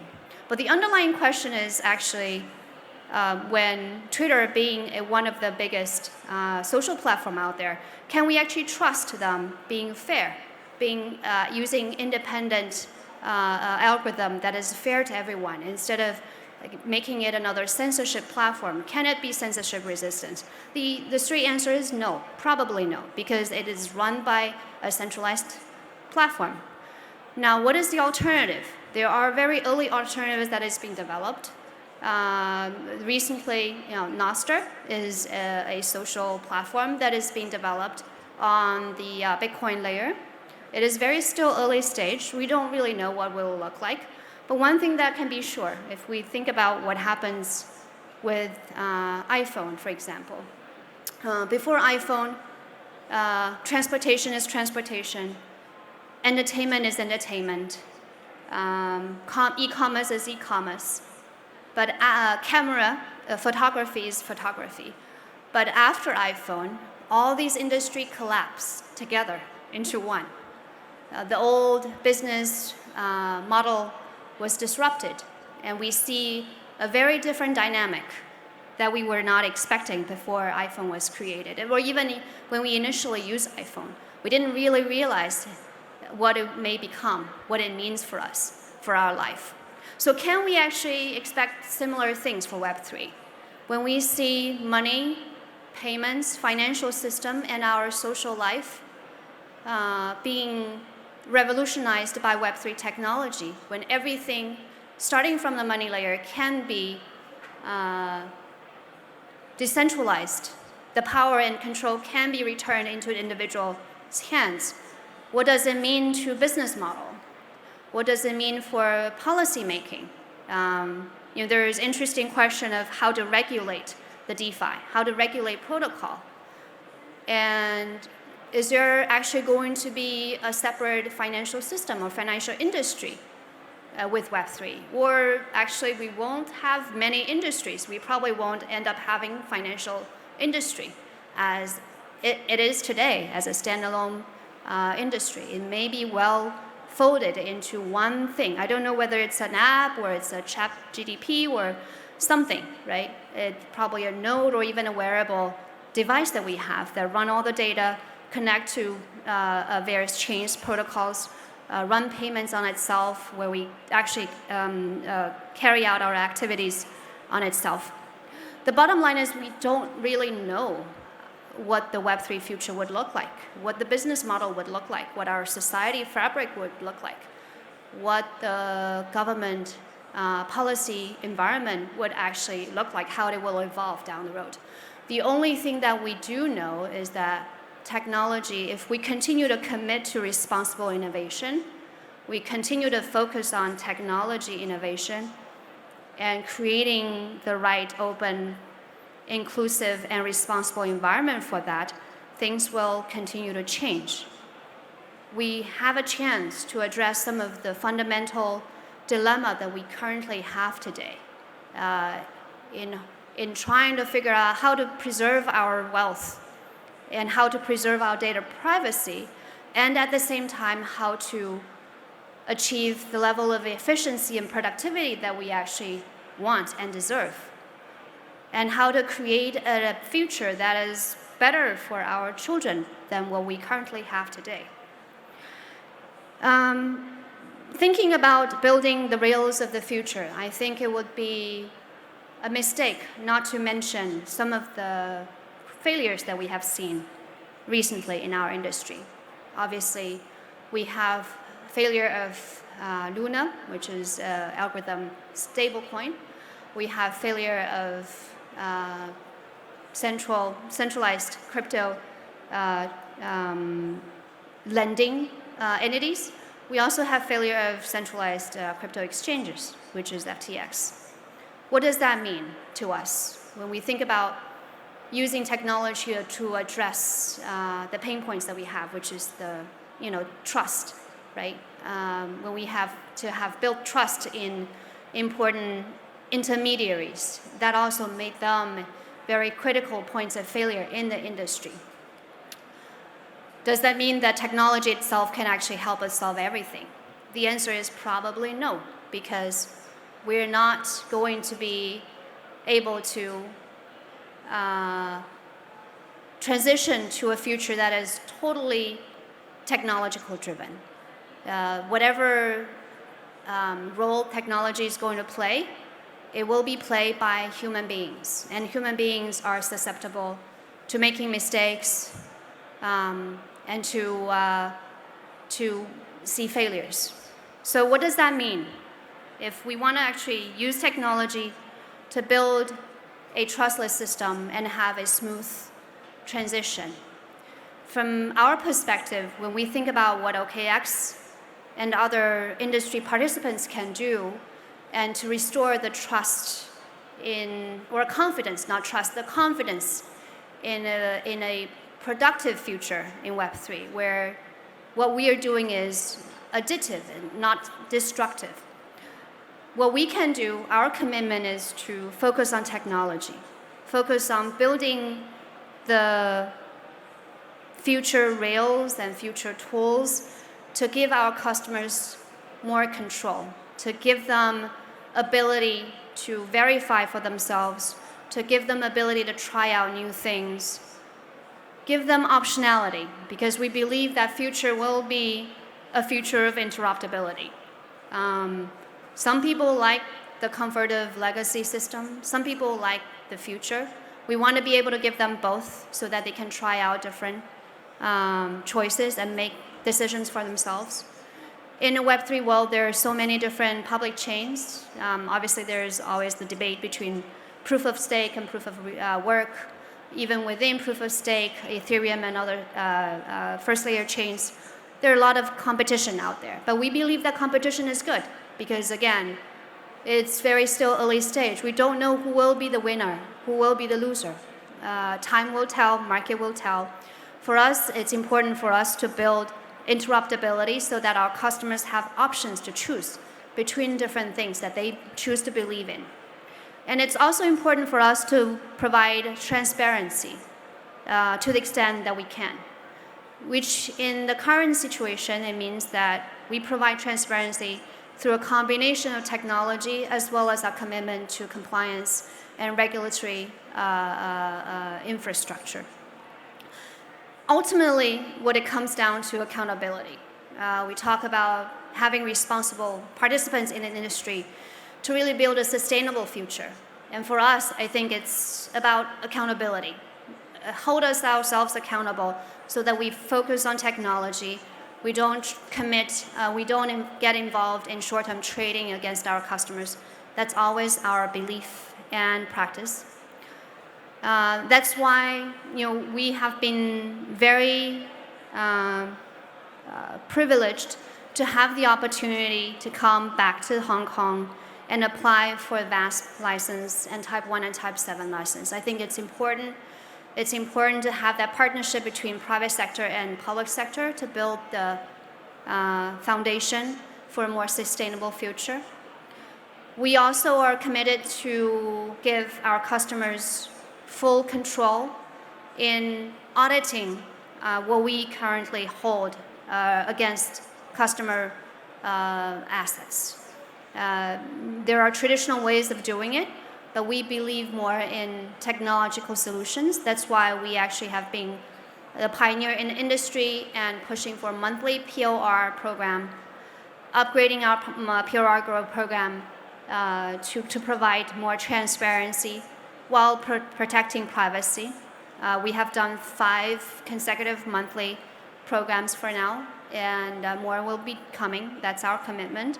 We will be building the program to include zero knowledge capability as well, again, to balance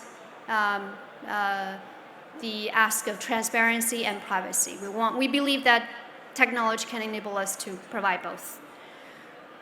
We are also the first global platform, crypto platform to integrate and support Lightning.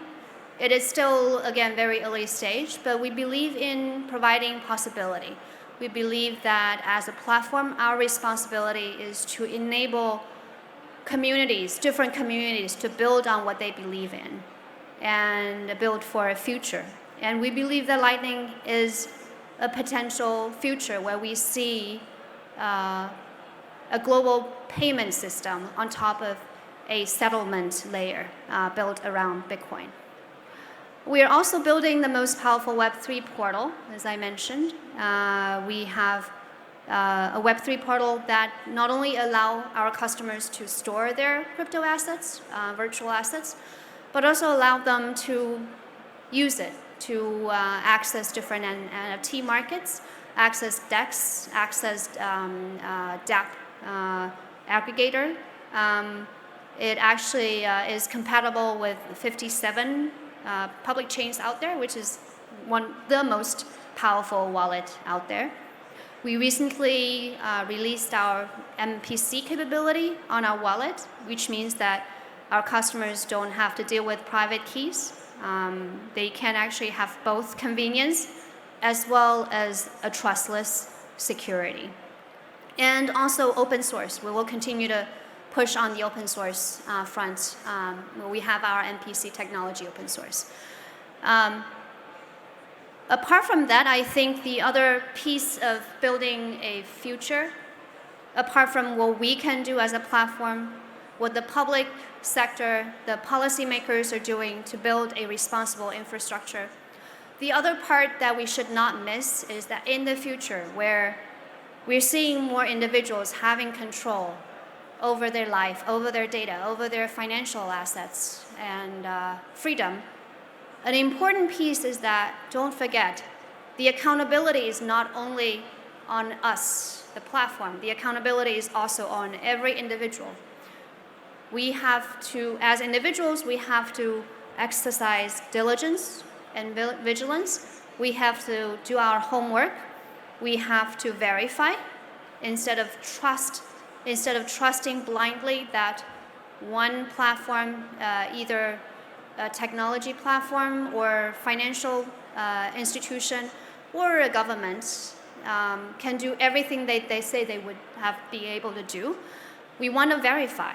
And I hope that in the future of Web3, there are enough tools to enable individuals to verify for themselves so that when we look at the future, it is not a future with central points of failure, but with individual accountability, individual ownership, individual sovereignty, and access and freedom. And I think that's what has brought us here together in the first place. And our commitment is to be a responsible party in that quest and do it long term and exercise discipline and responsibility. And I want to thank you again for having us here, and very exciting to see Hong Kong will write a new chapter for both itself as well as for a new Web3 future, hopefully for the global platform. Thank you, everyone. Thank you. Thank you, Ms. Hong, for the inspirational speech. Thank you very much. And next up, may I invite Mr. Duncan Chill, Legislative Council Member, Technology and Innovation Constituency of the HKSAL, to give a speech on stage. Ladies and gentlemen, please join me in welcoming Mr. Duncan Chill. Round of applause, please.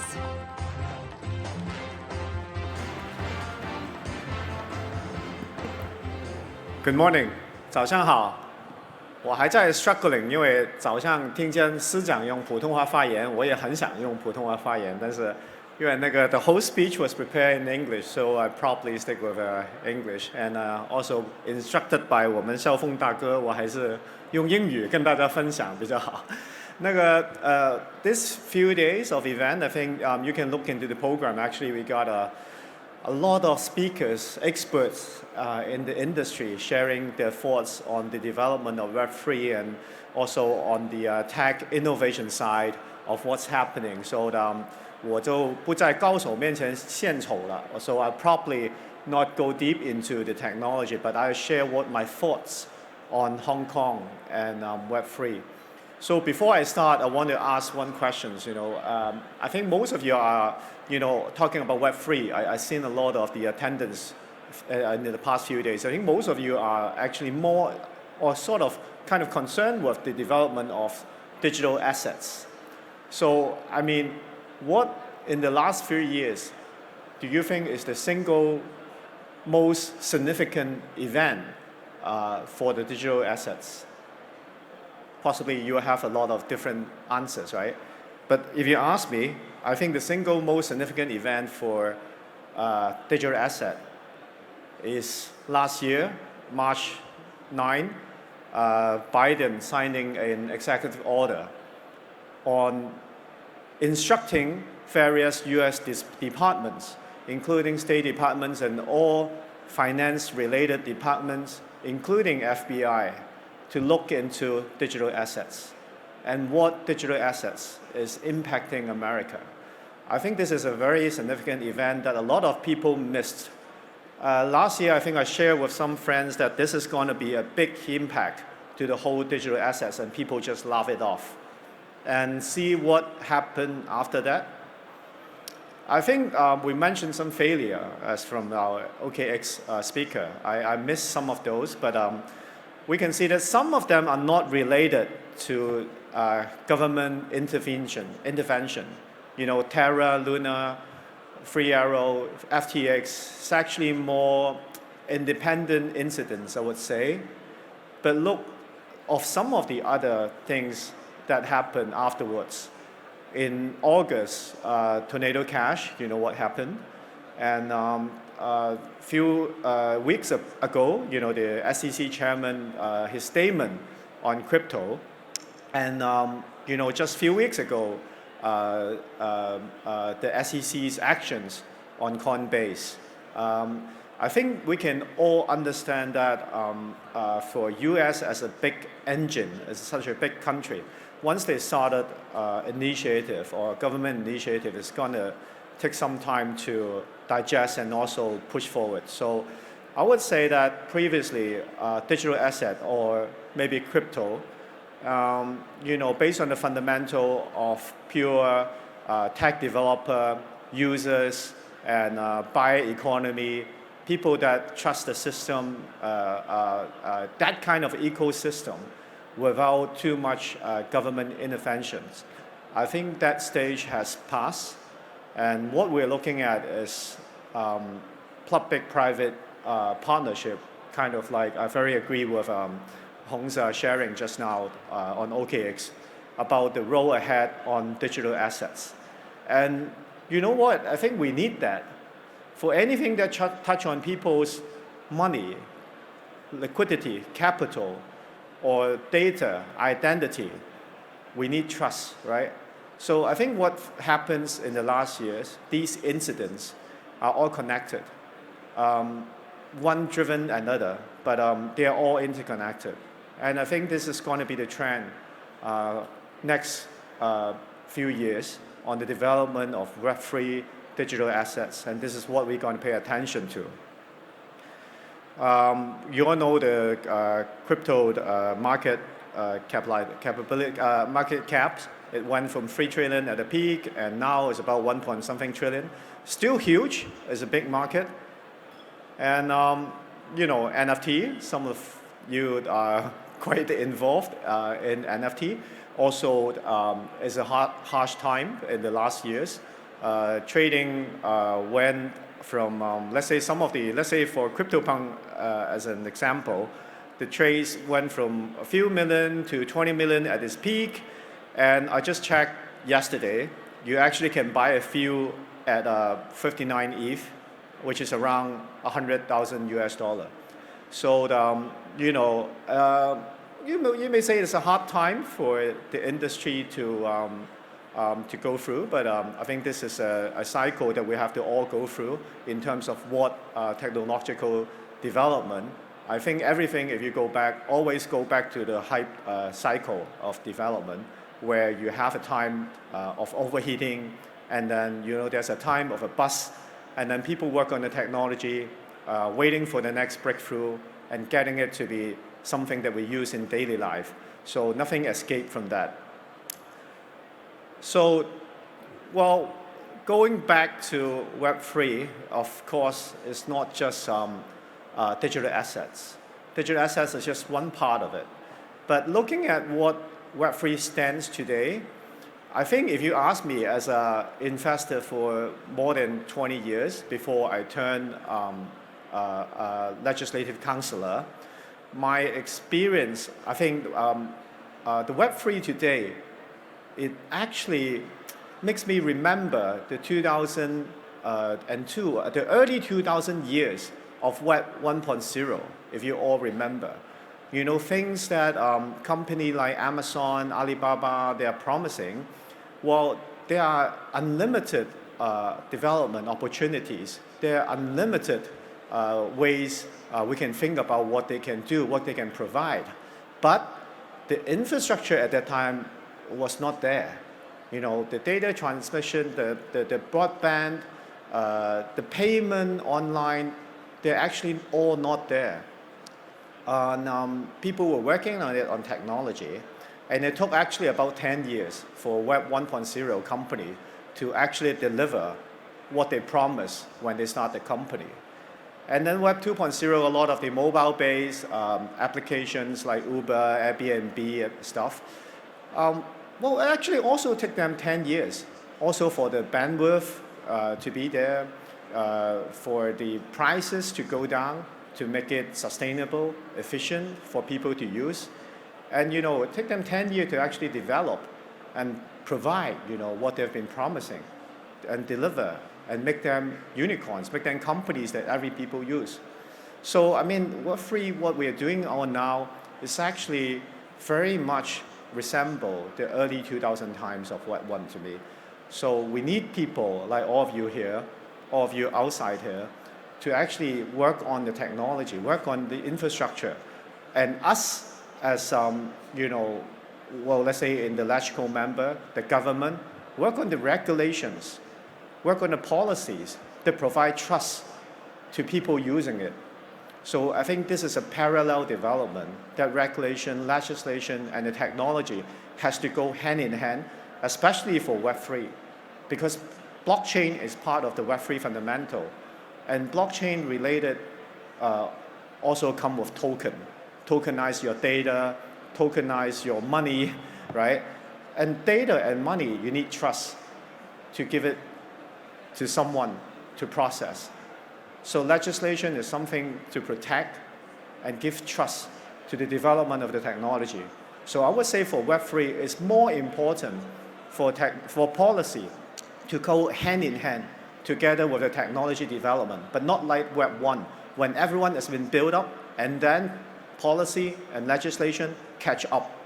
So I think this is a very important time for Hong Kong at this moment to come out and say, okay, the government embrace it, and we're going to look in, you know, what legislation is needed to provide a good environment, a good ecosystem for these to vibrant, for company to build this technology. And I think it's going to be a much bigger ecosystem compared to Web 1.0 and 2.0 in terms of money contribution, number of unicorns. Web3 will definitely, you know, provide more options compared to Web 1.0 and 2.0. And yeah, it's not just about digital assets. I think we have to go back to Web3 and definitions in Hong Kong. There's a wider universe comparing to, you know, simply relating to just digital assets. You know, central currencies, CBDCs, and tokenize, thinking about tokenize all the financial products in Hong Kong. You know, Hong Kong Stock Exchange is like a 30 trillion Hong Kong dollar market cap. And then we have trillions of products every year issued in Hong Kong, debts, bonds, all kind of financial products, private investments. Wondering about, just think about all these being tokenized. We just try one product for now, which is the tokenized green bond, where the government issues. And I think Clara also mentioned some of the things that we're testing on with the government. There's a whole lot other options. Hong Kong dollar, renminbi. These are all things going to happen. Stablecoin, we are doing the consultation paper on that. And also there are many things on technology side that people are working on. What's happening in layer 2? You know, cross-chain interoperability, in-chain cybersecurity.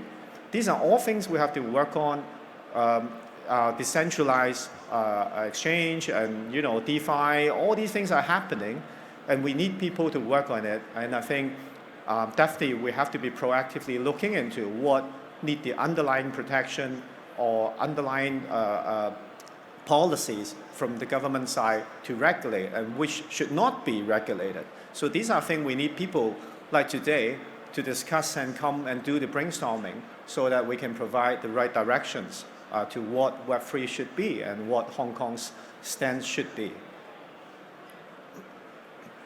Well, as I mentioned, there's been, this is just a few years, there's been huge development, and this is just the Ethereum ecosystem, and you're seeing that it's been taken up by many large corporations. There are different users in that, developers in these, and just Ethereum alone is a huge ecosystem already in just last few years. And there are many other things, as I has mentioned, that is being developed. And I quickly just go through that. Gaming as well, a lot of gaming companies in Hong Kong. So what has the government been doing? I think I'm not going to repeat, but the Financial Secretary has shared this morning, and we have several regulatory department members from the government to tell you about what's going on in Hong Kong. But simply, I mean, looking at these few stages, it only happened in the last 6 months. The stage one, government announcing the 宣言 about the government stance on virtual assets, digital asset development. It was actually only back in October, and this is April today. This is what happened in just the last 6 months, and Hong Kong government has come out after the announcement, several other policy follow-ups. We have now completed consultation on stablecoins. I think possibly in the coming months, we're going to see some consultation results from the government, and we're looking forward to the issuance of stablecoins in Hong Kong by private sector, maybe, likely. And virtual asset service provider license, we already have 2 license holders in Hong Kong. And starting from June, people can apply for the virtual asset service provider license in Hong Kong. It'd be great. We're seeing more people have interest in Hong Kong, building up the platform in Hong Kong, exchange in Hong Kong, and launching more products in Hong Kong. So hopefully we're going to have the process shortened and speedy process in terms of approval, so we can try more new products in Hong Kong and have faith in the current government. And in the budget, which we at HashKey is going to discuss in the coming weeks, to approve the budget. It also has a few mentioning of the budget direction. And one of it is a direction on Web3. I've never seen a budget putting so much weight on a single technology direction as on this budget. And also granting Peter's here from Cyberport as the main hub for the Web3 build-up in Hong Kong, and also providing financial resources. This is the determination of us building up Web3 in Hong Kong. And next, there's a lot more thing to do. Legislation, protection to investors, what are the regulations, what should be regulated, what not to be regulated. There's a lot of things that I think we will be discussing in Hong Kong, lots of happening in Hong Kong. And for that, we definitely need conferences like these. We need stakeholders in the industry to actually share, so that the government can listen and they can decide what are the proper things the government should discuss. And of course, it has to be tabled at HashKey, which me and 80-something more members, we have to go through and discuss and approve. That's a function of the Legislative Council in Hong Kong. So looking forward, I mean, with just 6 months what we have done, I'm super positive with what we can do in the coming years. And mainland government support is very important. A lot of people, think about Hong Kong's role of technological hub or technological center. I think Hong Kong is also doing something what central government anticipate or given the authority for Hong Kong to develop. You all understand that our country is going, as anticipated to be the #1 nation in the world.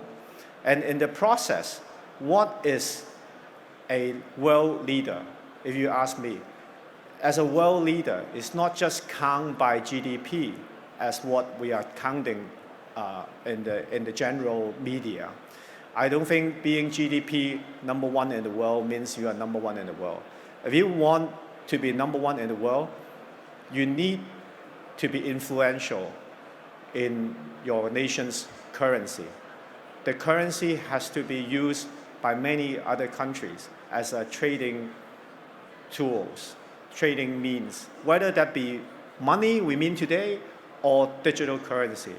It has to be used by different countries to make your country being one of the leading in the world. Second, you need to be strong technologically. You have to have your own product. You have your own technology innovations where you can export to the world. You can actually not just be self-sufficient, but your technology supports global development. So we have to be 科技自立自强. We have to have our own technology that are being developed in China by us. And third, we have to be the hub and attract global talents. Every world-leading countries in the last 500 years, if they want to be world #1, whether that be in the 1500s, Portugal, Spain, and then UK, and of course now US, they all process these three things: technological self-sufficiency, currency, leading currency, and also attraction to global talents. So I think these are three things that I think our country is building on, and we are on good momentum. And what Hong Kong can do is providing, what I have on the lower sections, to help currency involvements. We are building the CBDC test hubs in Hong Kong and digital Hong Kong dollar and stuff. We're building in all these digital asset trials. And for technological, we see that the government is putting a lot of money on tech and innovation in Hong Kong. We want to have technology being built in Hong Kong, but not used in Hong Kong.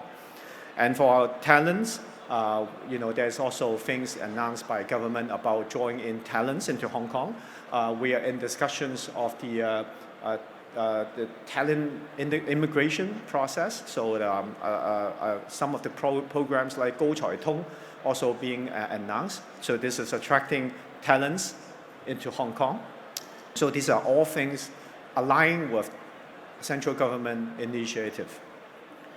So can Hong Kong do it? I think that's the question a lot of people will ask. My father came to Hong Kong in 1950. My mother came here 1960. I think Hong Kong built from 1950 and 60 from, import-export port. In 20 years, we built into the Asian Four Dragons, 亚洲四小龙. And we are like one of the largest industrial exports in the region. And that took 20 years. And then in the 1980s, the migration of the factories and manufacturing facilities into Guangdong also helped build up Guangdong's economical developments. But Hong Kong migrate to an export-import center, trade finance center, and also financial center in 20 years. So we all know in 1990 what Hong Kong is like. I mean, every 20 years, with influx of people, influx of talents, Hong Kong migrate and change. So I wouldn't rule out Hong Kong changing and making ourselves the next technological center, technological hub, not just in Asia, but globally. These are photos I made to forecast what Hong Kong is like in 2050 by using ChatGPT. So this is the central peer in 2050 as from the ChatGPT. And this is Central from West Kowloon. And of course, we have the Loop, which is we are trying to build up soon in Hong Kong, and the Northern Metropolitan in Shan Tin Fo Gai Sing. So these are things that I hope in 2050 will become the next Hong Kong. And I have confidence with government. I've never seen in my life being so devoted into pushing a single technology directions from the government. So I have full confidence we're going to achieve these in 2050. And with that, we're only missing one thing, which is the talents, which I see all of you here today. So hopefully, we'll have all of you to join us to build Hong Kong into 2050, the next technological center. Thank you. Thank you. Thank you, Mr. Shale. Thank you for the insightful sharing. Thank you very much. A gentle reminder for all of you, the opening ceremony provides simultaneous interpretation. You can use WeChat, Twitter, browser, etc. to scan the QR code of the simultaneous interpretation on the signage at the entrance of each venue on the conference brochure and listen to simultaneous interpretation through your mobile phone. 各位嘉宾，开幕仪式提供同声传译服务，你可以扫描会看手册的二维码，即可通过手机收听同传。Next up, ladies and gentlemen, we have Mr. Peter Yan, JP CEO of Cyberport, on stage to share with us his remark. Ladies and gentlemen, please join me in giving a round of applause to Mr. Yan.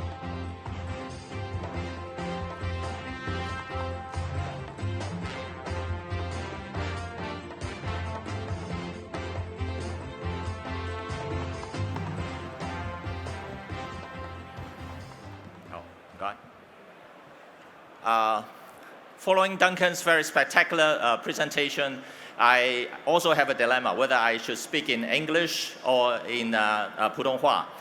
Just now, advised by also Xiao Zong, I probably would like to speak in both. This is Hong Kong, so Hong Kong has this international flavor that perhaps I should start with an international language of English, and then I'll switch to most of the audience favorite language 普通话。我刚才在讲呢，我接着下来的那个分享呢，我希望可以先用英语，然后用那个普通话，因为在场的很多都是大家的同胞呢，就很普通话可能可以更吸引你们的注意力多一点。好。那么我先介绍一下数码港，大家可能都听过I'll probably start with English, yeah, so I will switch channel properly. Most of you probably have heard of Cyberport. You know, I'll elaborate a little bit of that too. Just now, like what Duncan mentioned, we are really privileged to have the Hong Kong government's support to on our initiative called the Web3 hub at Cyberport. Now, this is a very important initiative, which is one of the key focus that Cyberport has now taken on as a platform for the Hong Kong government to build the entrepreneurial, technological entrepreneurial ecosystem in Hong Kong.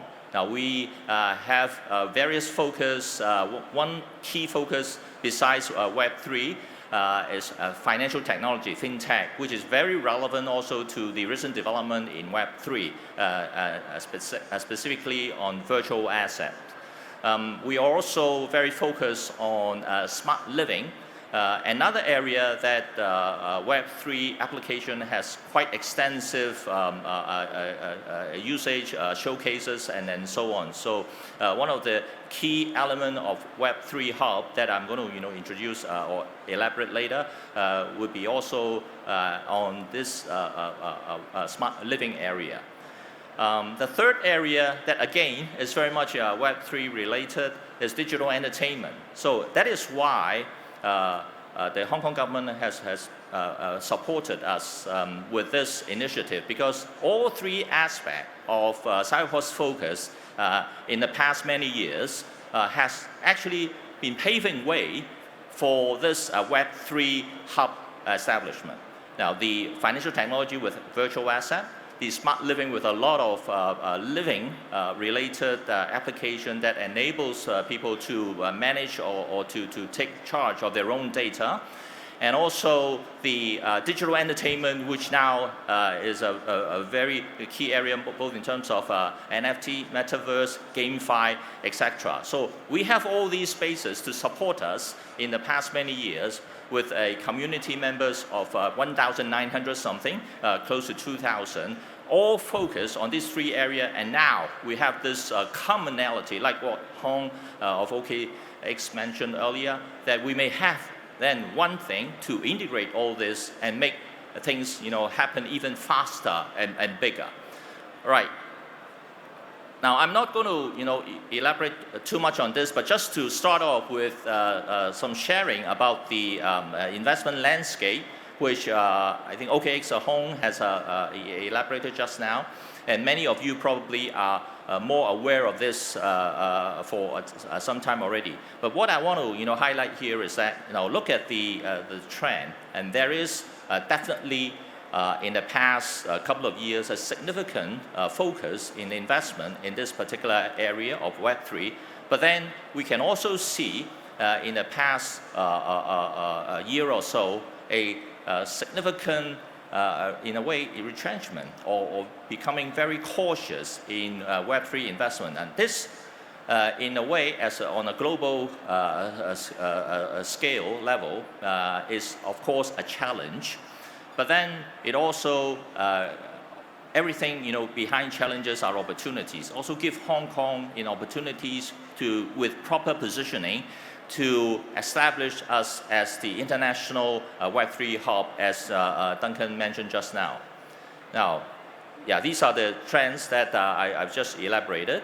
Now, we have also seen quite significant development in different aspects of Web3 and applications and so on. So again, to elaborate a little bit more on the distribution, of these investments. Yeah. Now, Duncan mentioned just now about some of the challenges that we have. I'm not going to, elaborate further on that. But then, in the past, when it comes to Web3, the focus is always on crypto, or has been mainly on crypto. But as many of you are aware, when we talked about Web3, it's definitely much broader than cryptocurrency. If we want to move a little bit more generic based on cryptocurrency, we should look at actually virtual asset, which is what the Hong Kong government is now focusing on, especially after the policy announcement last October on us embracing this virtual asset development. And in a couple of months' time, there will be even clearer, more transparent regulatory announcements on how the Hong Kong government is going to properly, in a sustainable, risk-balanced manner, to regulate this industry so that there is a healthy, long-term, sustainable growth for the Web3 or virtual asset industry, leading to even bigger Web3 development.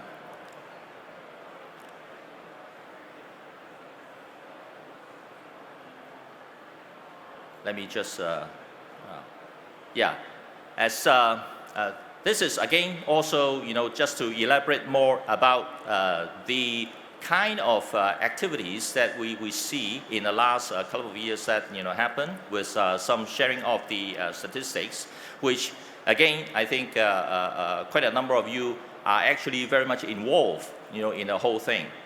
Now, Hong Kong, I mentioned just now, is actually taking the advantage of this development to properly position itself through the embracing the virtual asset as a starting point to make ourselves an international Web3 hub, and also paving our way to become an international innovation and technology center.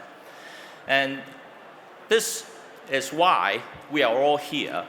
And there have been a lot of exchanges related to how Hong Kong can actually become this Web3 hub.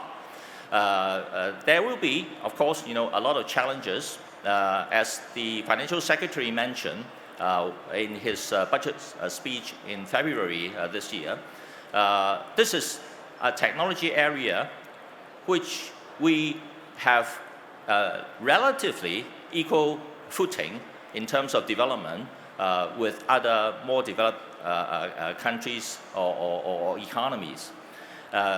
We see the implication or the potential of Web3 in affecting many different areas, not just financial services. But financial service is a very good start for Hong Kong to position ourselves as this Web3 hub because we are an international finance center. We have been very successful in our development in financial technology. Even we have been, in a way, late in our development, not as fast or as speedy as Singapore in embracing this, but we have catch up significantly in the past 3-4 years. First with the issuance of virtual banking license, with then issuance of virtual insurance licenses, and now the issue of the virtual asset license to OKX and also HashKey.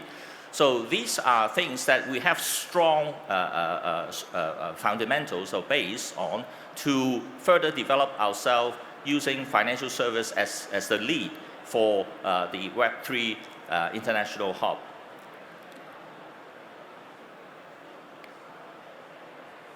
Yeah, and I mentioned just now about the many areas that potentially Web3 covers. Again, many of you are aware of this. I'm not going to go into too much details, but I would like to highlight to you that based on the financial services strong foundation that we do have a strong base to extend ourselves further into other areas, particularly in areas where Hong Kong has also positioned itself as one of the key centers in this region, now including art and cultural technology. So this has great potential for NFTs development, which again, in the past couple of years has been also the focus of attention together with metaverse and so on.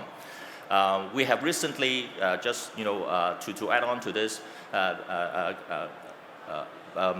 supported an event or helped organize an event in New York as a metaverse fashion show with a very renowned international but local breed fashion designer, Vivian Tan, to do a metaverse fashion show in the New York Fashion Week. And in that whole week of fashion performances, there are a lot of virtual asset related development around NFT. And other cyberport companies besides HashKey has also supported strongly on this event, and that's Animoca Brands. So this entertainment or digital entertainment or metaverse area is another very significant area that we can see significant development in the coming years, if not already so. Now, just now we talked about, and this morning, and also in other events yesterday, the Chief Executive and the Financial Secretary also mentioned about Hong Kong's policy drive in establish ourselves as the Web3 hub. Duncan also mentioned just now about this is quite unprecedented for the Hong Kong government actually to come out and back a particular technology with such high profile announcement and also significant support in terms of fundings and so on this. So the environment, the policy environment is already there. And we are now, it's really up to us now, the Cyberport being the named Web3 Hub, it's up to us to work with you to make sure that we establish this and turn this policy drive into tangible, real opportunities that can benefit the development of this ecosystem. You being here through this Web3 Festival, I hope is already an endorsement of this direction, and in the process of having even more exchanges in future, do let us know how we can further establish ourselves to make our services more relevant to you coming to Hong Kong to establish your foothold here and develop your business here in Hong Kong.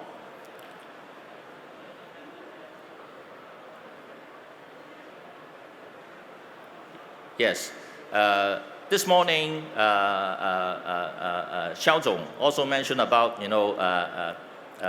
the financial secretary's blog on April 9th about 守正创新那个稳胜前行 This is again something very important, a sort of a basis, a theme that we are now working. Start on Web3 Hub, starting with virtual asset.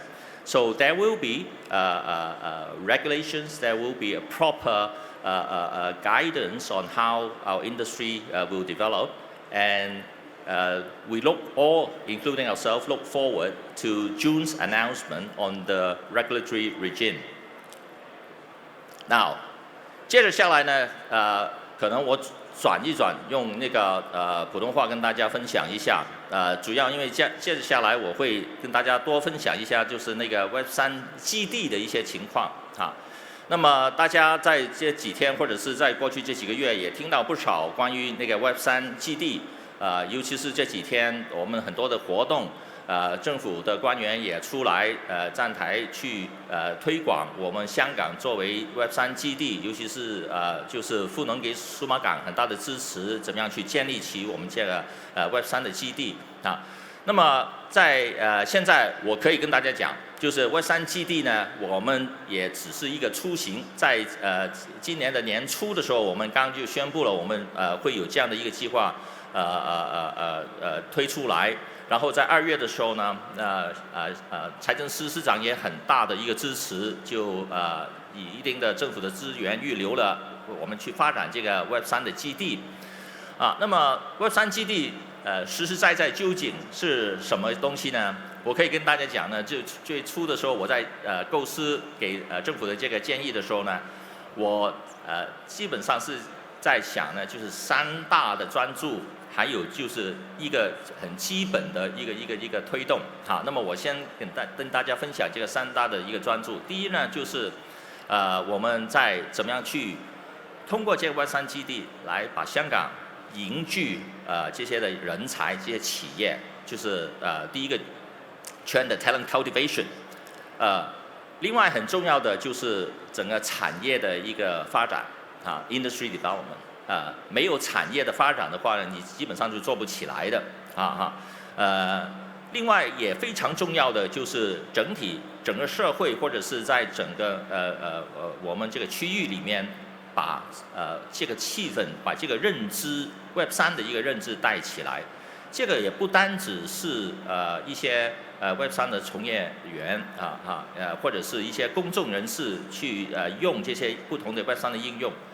我自己觉得很重要的也是现有的 Web2， 就是第2代互联网的一些开发者，他们对 Web3 的认知，怎么样去拥抱这个发展，把他们自己现在的可能已经很受欢迎的一些应用呢，可以提升，利用到这个 Web3 的这个发展来去让他们迎接将来的第3代互联网的一些商机所以第3个方面很重要的，除了就是公众方面的一些认知，还有就是我们自己业界里面的一些的认知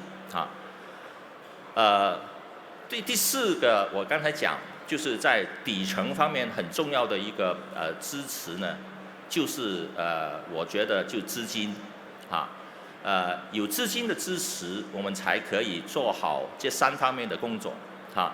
那么在第4个方面，或者是在最基本的一个资金的支持呢，我现在也希望可以大家有不同的意见想法的话，也可以提出来，让我们把香港已经是一个很好的国际的金融中心，怎么样去再加强在融资、在投资方面，尤其是在 Web3 的这些企业或者是一些这方面的一些发展上面，可以再投入啊。在其他的几个方面，无论是人才无论是那个产业，或者是公众的一个认知方面呢，具体的就是什么工作我们需要做呢？我举一些就是现在我们构思在开展的一些工作作为一个例子，但是我强调呢，这个是一个开展，因为这个 Web3 基地还是成立了或者是我们在计划到现在推出只是2-3个月的事情，所以很多还是需要大家，比如说通过好像这次的一些活动呢，多去跟我们大家去接触、去交流，让我们更可以理解在你们的一些需要是怎么样，痛点是怎么样，我们去把事情做得更好。那在人才方面呢，我们会很专注去放在我们成立了一个叫我们 Web3 的一个学院 Web3 Academy 那这个我们要明白，大家数码港这个平台呢，我们很重要发挥的作用呢，就是凝聚在那个市场上的一些这样的力量。所以我们这个 Web3 的学院呢，我们不会是自己去做很多一些教育或者是研究或者各方面的这个工作，反而呢，我们希望可以多一些在这方面的人才，可以通过我们这个 Web3 Academy 这个平台 this umbrella 去成立一些课程，成立一些不同的视频，来去广泛的教育我们在业界里面的从业员或者是呢更重要的就是一些用家，就是产业方面使用这些的应用就这个 Web3 Academy 呢，大家可以看成是一个平台，让大家进入来去推广你们相关的一些Web3 的一些课程培训的一些服务。另外呢，就是产业的发展。那么产业的发展呢，其中一个很重要的我们现在在积极的去推展的，就是我叫的就是一个 Web3 的 Living Lab 这个一个你可以说是第3代互联网实实在在的这样的一个场景，让大家可以感受到不同的一些Web3 的一些应用，实实在在的一些 use case 是怎么样然后去让很重要的就是用户端那方面呢，可以更明白 Web3 带给他们的一些好处，带给他们怎么样去提升他们的一些竞争力或者是他们的那个成本效益等等方面的那么当然在这个里面很重要的就是现在已经有不少或者将来更多的就 virtual asset 就是虚拟资产方面的一些应用。但是也很重要的就是在虚拟资产以外，不同的一些区块链或者是 Web3 的不同的一些应用，尤其是在刚才讲到一些智慧生活还有就是这个数字娱乐方面的这些不同的一个应用那么这个当然整个这个场景，我们就短期之间在几个月之内，我们会在数码港我们去把现有的一些设施呢，我们会改装变成是这样的一个 Living Lab。这个也当然非常欢迎大家，假如有你们不同的一些应用的例子。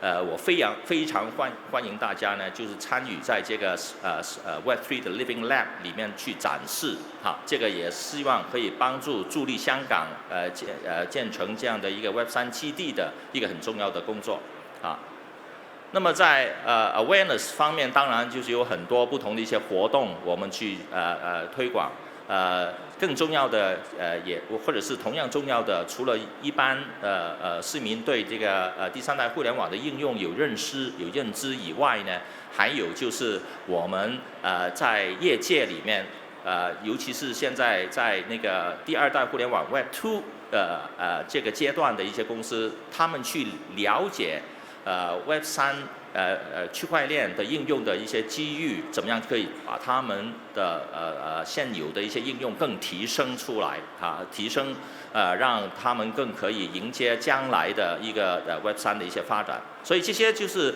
我今天的时间有限，我只可以呢就是比较简单的去展开来，在这个3的方面。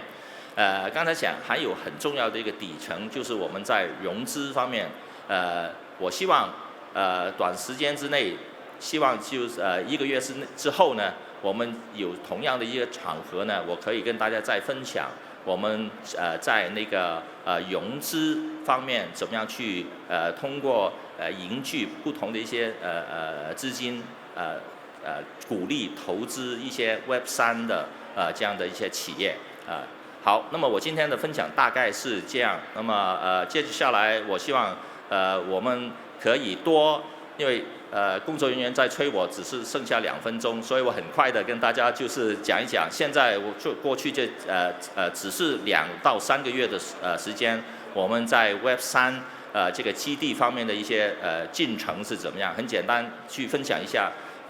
就是现在在过去这几个月，我们差不多每1个月都收到过百的一些查询。现在落地在数码港的一些 Web3的公司已经超过140家。我们看到这个只是一个开展一个趋势，在过去接着下来，在那个虚资产的那个regulatory regime 那个这方面宣布以后。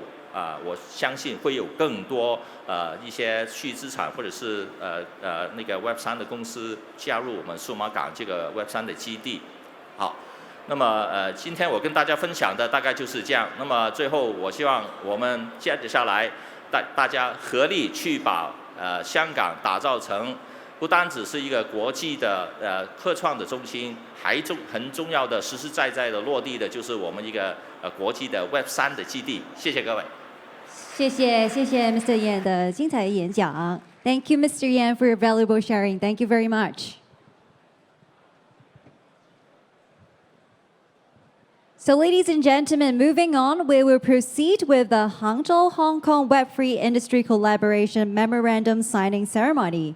接下来我们会进行杭州香港 Web3 产业联动备忘录的签约仪式。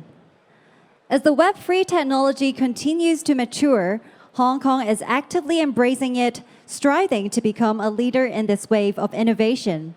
Similarly, in Hangzhou, Zhejiang province, efforts are being made to create a new economic form integrating the information industry and intelligent applications, particularly focusing on the Web3 industry cluster and deeply planning new tracks and layouts.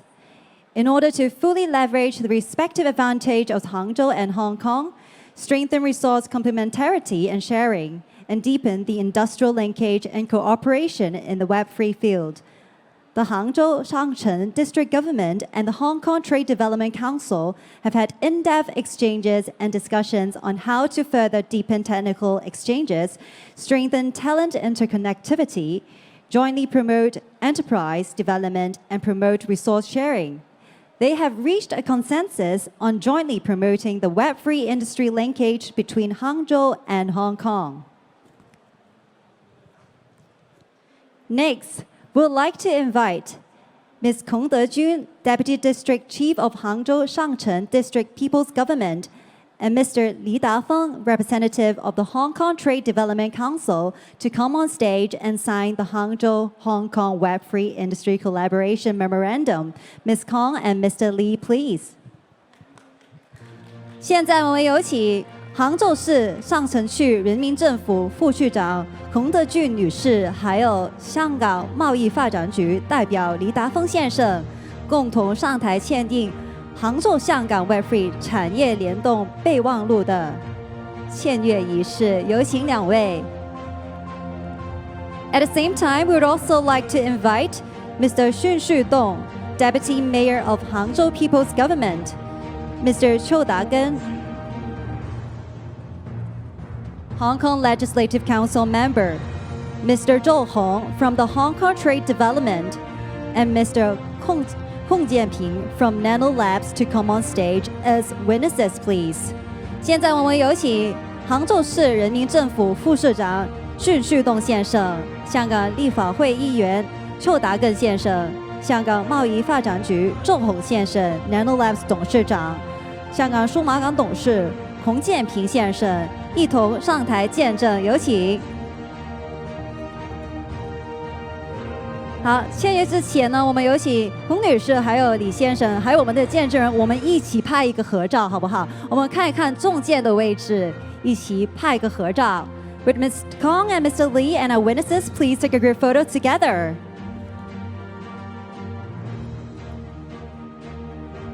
好，现在我们有请孔女士还有李先生进行签约仪式。Ms. Kong and Mr. Lee, you may now sign the Hangzhou Hong Kong Web3 Industry Collaboration Memorandum.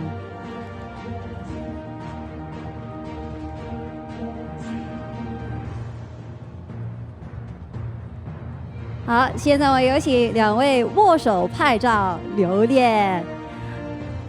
同时间，我们有请我们的见证人一起拍照。有请我们的各位的见证人，还有大家的嘉宾，我们以热烈的掌声庆祝。A round of applause for the celebration of Hangzhou Hong Kong Web3 Industry Collaboration. 那接下来呢，我们有一个简单而隆重的启动仪式，我们有请几位的嘉宾移步到屏幕前面，我们有请签约嘉宾站在两边。还有我们的见证的嘉宾，请站在中间。May I invite our distinguished guests on stage to proceed the front of the big screen？ 有请各位嘉宾准备按在屏幕的圈圈里，然后我们现拍一个合照。Please get ready to press on the circle on the screen. Before the kickoff ceremony, shall we hold a pose for a photo？ 我们一起拍一个合照，我们看一看中间的大会摄影室的位置。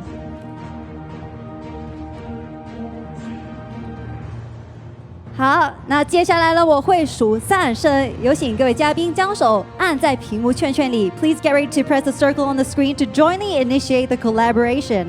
好，准备好没有 ？Are you ready? 3、2、1。恭喜杭州香港 Web3 产业联动正式启动 ！Congratulations on Hangzhou Hong Kong Web3 Industry Collaboration, wishing it every success。请大家以热烈掌声庆祝。好，现在非常的谢谢我们台上的嘉宾。A big round of applause again on Hangzhou Hong Kong Web3 Industry Collaboration, and a big thank you to our honorable guests. Now, would our honorable guests please be seated? 有请我们的嘉宾就座。The signing of the Hangzhou Hong Kong Web3 Memorandum and the initiation of the industry collaboration ceremony mark a good start for both cities to jointly promote the Web3 industry layout, technology breakthroughs, talent cultivation, and technology cooperation. We believe that in the near future, under the joint promotion of Hangzhou and the Hong Kong Trade Development Council, and with the joint efforts of industry leaders, experts, scholars, and entrepreneurs present here today, the Web3 industry will gain more substantial and efficient development space and soil and forge ahead in an open, inclusive, and innovative manner, presenting a splendid and diverse picture. Now, ladies and gentlemen, may I have the honor to invite Ms. Adeline Zhou, Chief Ecosystem Growth Officer of Chainlink Labs, to share with us her speech. Ladies and gentlemen, please join me in giving a round of applause to Ms. Adeline Zhou.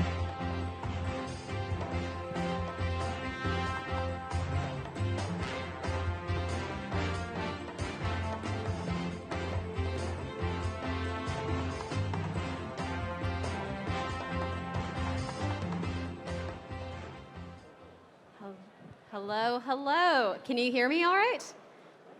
All right. Well, it is my pleasure to be back in this region. It's been 3.5 years since I've been here, and the last time was in Shanghai for the Wanxiang conference, also organized by our lovely host HashKey and Wanxiang Group.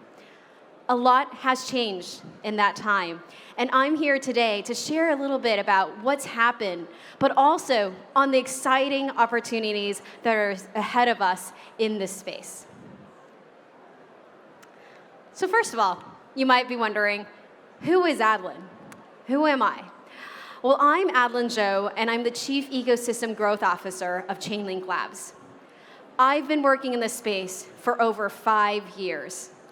That's a long time. That means I've seen enough memes and crypto Twitter debates to last me a lifetime. That also means that I've been here during the bull markets and the bear markets, and that I've seen the beginnings of lots and lots of different trends. I've been here since the beginning of DeFi, of NFTs, of zero knowledge, of MVVs, you name it. All these trends, I've been here at the very beginning, and I've seen them grow from merely ideas in researchers' minds into large forces of nature in our space today. And through that, I see that we are in a cusp of innovation, and a lot of opportunities are currently ahead of us today. Of all the different trends that I've seen, one of the trends that I am most excited about is asset tokenization. It's a very, very fast-moving space, and it has the promise to bring huge amounts of utility into Web3. So you might ask, what is asset tokenization? Well, at its core, it's bringing traditional and physical assets and bringing them onto the blockchain. And as part of that blockchain, it confers additional opportunities, bringing it fractionalization, programmability, and other ways that make these way more powerful and create lots of opportunities for everyone involved. According to a Boston Consulting Group study, they estimate that the asset tokenization market will reach $16 trillion by 2030. And this is their conservative estimate. And that conservative estimate equals to 10% of global GDP. Furthermore, major institutions are paying attention to this space. BNY Mellon is the world's largest custodial bank. They're the bank that your banks bank with. And they did a study of institutional asset managers to get their opinions on what they think about this space. And that report found that 97% of asset managers believe that tokenization will revolutionize the asset management industry. And what's even more exciting is that of those asset managers, the ones with more than $1 trillion, basically the largest asset managers, 100% of them are interested in this space. They're interested in tokenized assets. So I don't know about you, but I've always been told, follow the money. And this is where the money is going. So tokenized assets are blockchain-based tokens that digitally represent real-world tradable assets. And because they're on the blockchain, they get a few unique properties. First, fractionalization. Fractionalization is taking a large asset and cutting into much smaller components. So they allow everyone to participate. So you don't have to be a billionaire, and you can, like you and I, can still have the chance to purchase a piece of the US Constitution. Second, they're programmatizable. So what that means is, on the blockchain, you have a concept called smart contracts. They follow logic of if X, then Y. And so similarly, you can take these digital assets and program them with logic to do additional things. You can do lending and borrowing and trading, but on top of that, you can have other products that you and I might not even think about existing, and this type of technology enables it. And then finally, they're asset agnostic. So that means you might ask, what types of assets can be programmatized? My answer, literally anything, whether it's stocks and equities, to IP and copyright, to fine works of art, to precious metals like gold and silver, or even to that really nice 23-year-old bottle of Pappy Van Winkle locked in your spirits cabinet. Yes, even that can be tokenized. Tokenization is merely part of the evolution of finance. So finance started, hundreds of thousands of years ago, but if you look back a bit, a large traditional part of finance were paper-based forms. So remember the bills, the cash that you held in your pocket? The ones that if you wanted to buy anything of substance, that you'd have to go to your bank, talk to a bank teller, and get lots of cash to use to buy, which was frankly inconvenient and dangerous.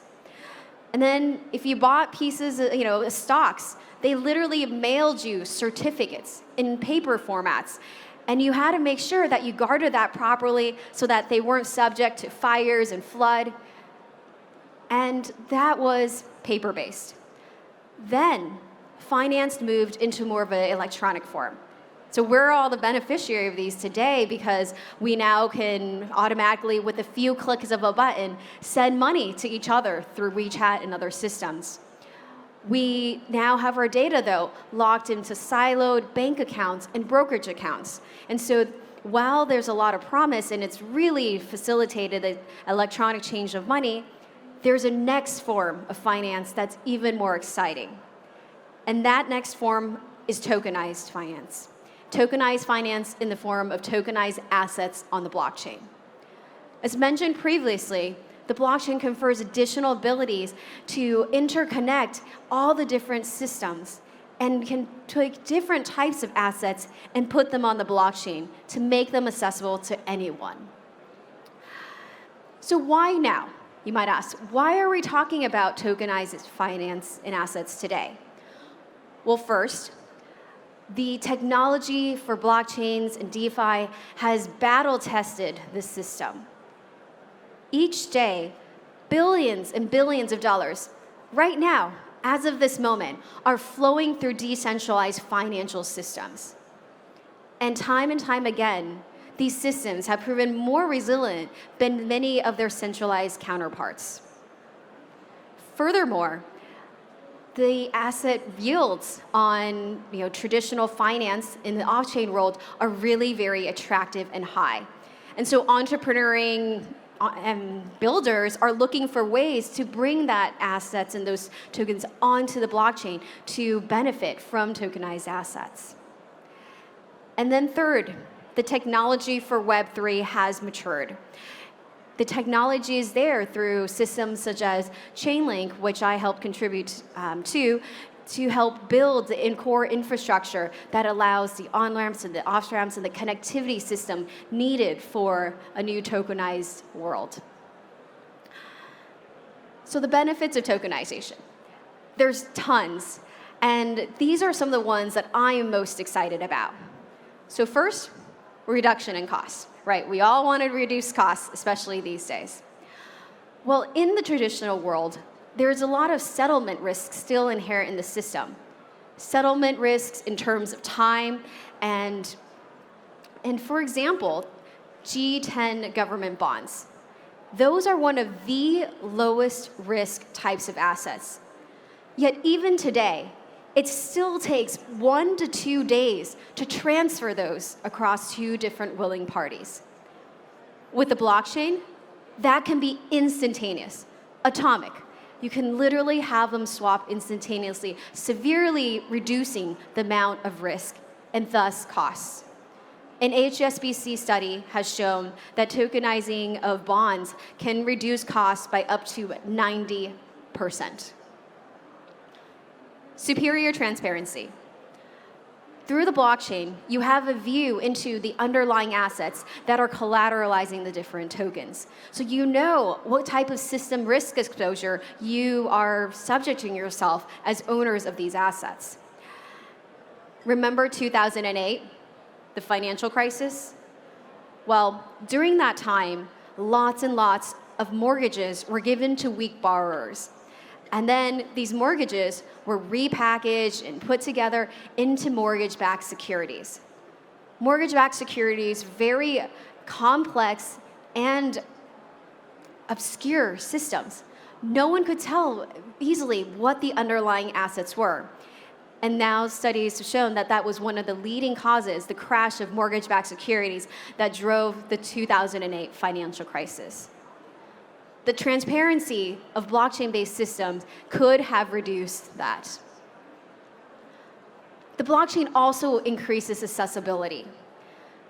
So by fractionalizing different assets and taking large mega systems and breaking down them into smaller parts, it makes it so easier so that you or I or smaller buyers can also participate. Furthermore, because of the global nature of the blockchain, we're no longer bounded by geographies. So here today in Hong Kong, you can buy a tokenized share of US Treasury bills easily, just as if you were in Colombia or even Uganda. Enhanced liquidity. So this is very important because in traditional finance, there's a concept called liquidity discount of 20 to 30% for assets that are illiquid. That's a lot of money. And so by using the blockchain, you can reduce that. And in that same BNY Mellon survey that I mentioned earlier, they found that 70% of those asset managers were willing to pay extra in order to access more liquid instruments or have faster asset turnover. And finally, really, really exciting is that this type of system allows for increased innovation. There's opportunities to build completely new products that you or I have not even thought about. And with innovation comes opportunities and growth. And so I encourage all entrepreneurs to think about this space and think about new products, systems, and technologies. As with anything, though, there's always going to be challenges, especially as you're talking about new innovations. Finance has had hundreds of years to evolve and get better, and we're still only in the very beginning days of tokenization. The risks are constantly changing, and so are the challenges. And here are some of the ones that I feel are important to highlight. So first, regulatory clarity. The regulatory landscape, as we in the space all know, is changing by the day. Yet the geographies that have clear, open, regulated policies are going to become the innovation hubs in the future. And so to that point, I want to say, Hong Kong, you are setting an incredible example for the world. Thank you. Clap for Hong Kong. Woo! Yeah, right? We're all here because the government here has clear, open, regulatory policies inviting us all here. So, I guess challenge number one, at least we're kind of overcoming that here today. Furthermore, there are other challenges such as connectivity. How do you connect assets to the number of growing blockchains that are coming around today? And also verification. How do you verify that your assets on-chain are tokenized by the collateral off-chain? Well, for these two problems, Chainlink has a solution. Chainlink is the leading Web3 services platform and works with all the top blockchains and hundreds of applications. The Chainlink ecosystem is broad, and it helps secure fundamental parts of this Web3 ecosystem. And I'd like to talk about two different products that address those specific risks. So first, Chainlink is launching CCIP, a cross-chain protocol. As of last count, there are over 225 different blockchains. It's a popular space. A lot of people are building. But with all these blockchains, there comes an inherent challenge of how do you connect the different applications and systems on them? And Chainlink's CCIP solution provides that. So whether you're an enterprise or an application, you merely have to connect to Chainlink, and then you can transfer your tokens and your systems across all of these different blockchains. To the second question of verification, Chainlink provides a product called Proof of Reserves. It allows you to verify on-chain that these assets are collateralized by assets off-chain. TUSD is a $2 billion stablecoin. They use Chainlink's proof of reserves to attest that their on-chain tokenized cash assets is backed and collateralized off-chain. And what's even really cool about it is that in order to mint new TUSD tokens on-chain on Ethereum, it has to connect to Chainlink's proof of reserves. And if the proof of reserve says there's not enough assets, you can't literally mint new assets. How cool is that? As someone who's actively following the space, one thing I constantly look at is where the startups are building. And in my ecosystem role, I get to talk to startup founders all the time and have a pulse on where their thinking is next. And across the dozens and dozens of startups out there, two that I'm very excited about that are innovating the space are Ondo and Goldfinch. Ondo is working with BlackRock, one of the largest asset managers in the world, to tokenize US Treasury bills. To date, they've tokenized about $25 million in US Treasury bills, and anyone who's permissioned and qualified can purchase them directly from their website. Goldfinch is an example of a very cool startup that is focusing on the accessibility part, that benefit of tokenization. So today, anyone with USDC can lend that money to small and medium-sized businesses across the world. To date, over $100 million have been given out as loans to entrepreneurs in Africa, Latin America, and Southeast Asia.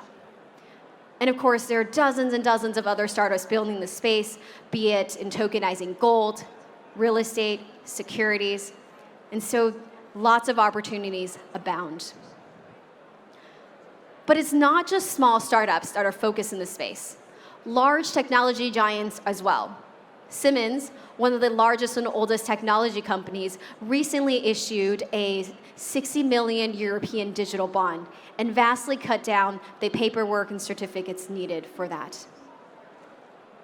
And then we always want to see where the government and large institutions are focused. So recently, the Singapore Central Bank and Monetary Authority launched Project Guardian to work with major banks like Onyx by JP Morgan, DBS, and SBI.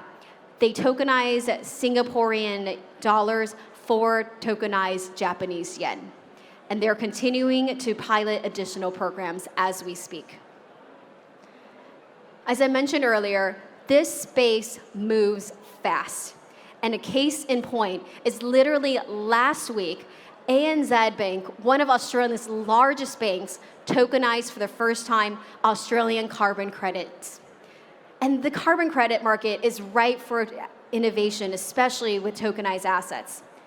Carbon credits historically are opaque, hard to transfer, and by moving them onto the blockchain, you can easily transfer across different systems. And so this is a really great example, especially if a blockchain ties into sustainability, transparency, and access. So the DeFi market is $55 billion today. Cryptocurrencies as a whole is 1 trillion. Yet those are just tiny little dots on this presentation because they pale in comparison to the quadrillions of dollars that are out there in these traditional markets and systems. And all that is ripe for innovation and moving into tokenized world. So we are at a transformational time. We are at the cusp of innovation. There is so much happening here. I flew 30 hours to come here to Hong Kong because this is a place that's known for finance, for technology, for being the center of a major part of the world. And I'm excited that the Hong Kong government and everyone here has welcomed us to come here to build, to create, and to innovate. And so I urge you to really look around, talk to projects this week, talk to the folks around, and think about the various opportunities that are out here ahead of us. I'm going to be here for the rest of the week, and so I welcome you to come find me I'd love to chat, about your projects, about the innovation you see, or even debate where you think the Web3 space is going. So with that, enjoy the rest of the conference. Thank you. Thank you. Thank you, Evelyn, for your remarkable insights. Thank you very much. Next, may I invite Mr. Dominic Williams, founder and chief scientist of the Divinity Foundation, on stage to share with us his presentation. Ladies and gentlemen, please join me in welcoming Dominic. Dominic, please.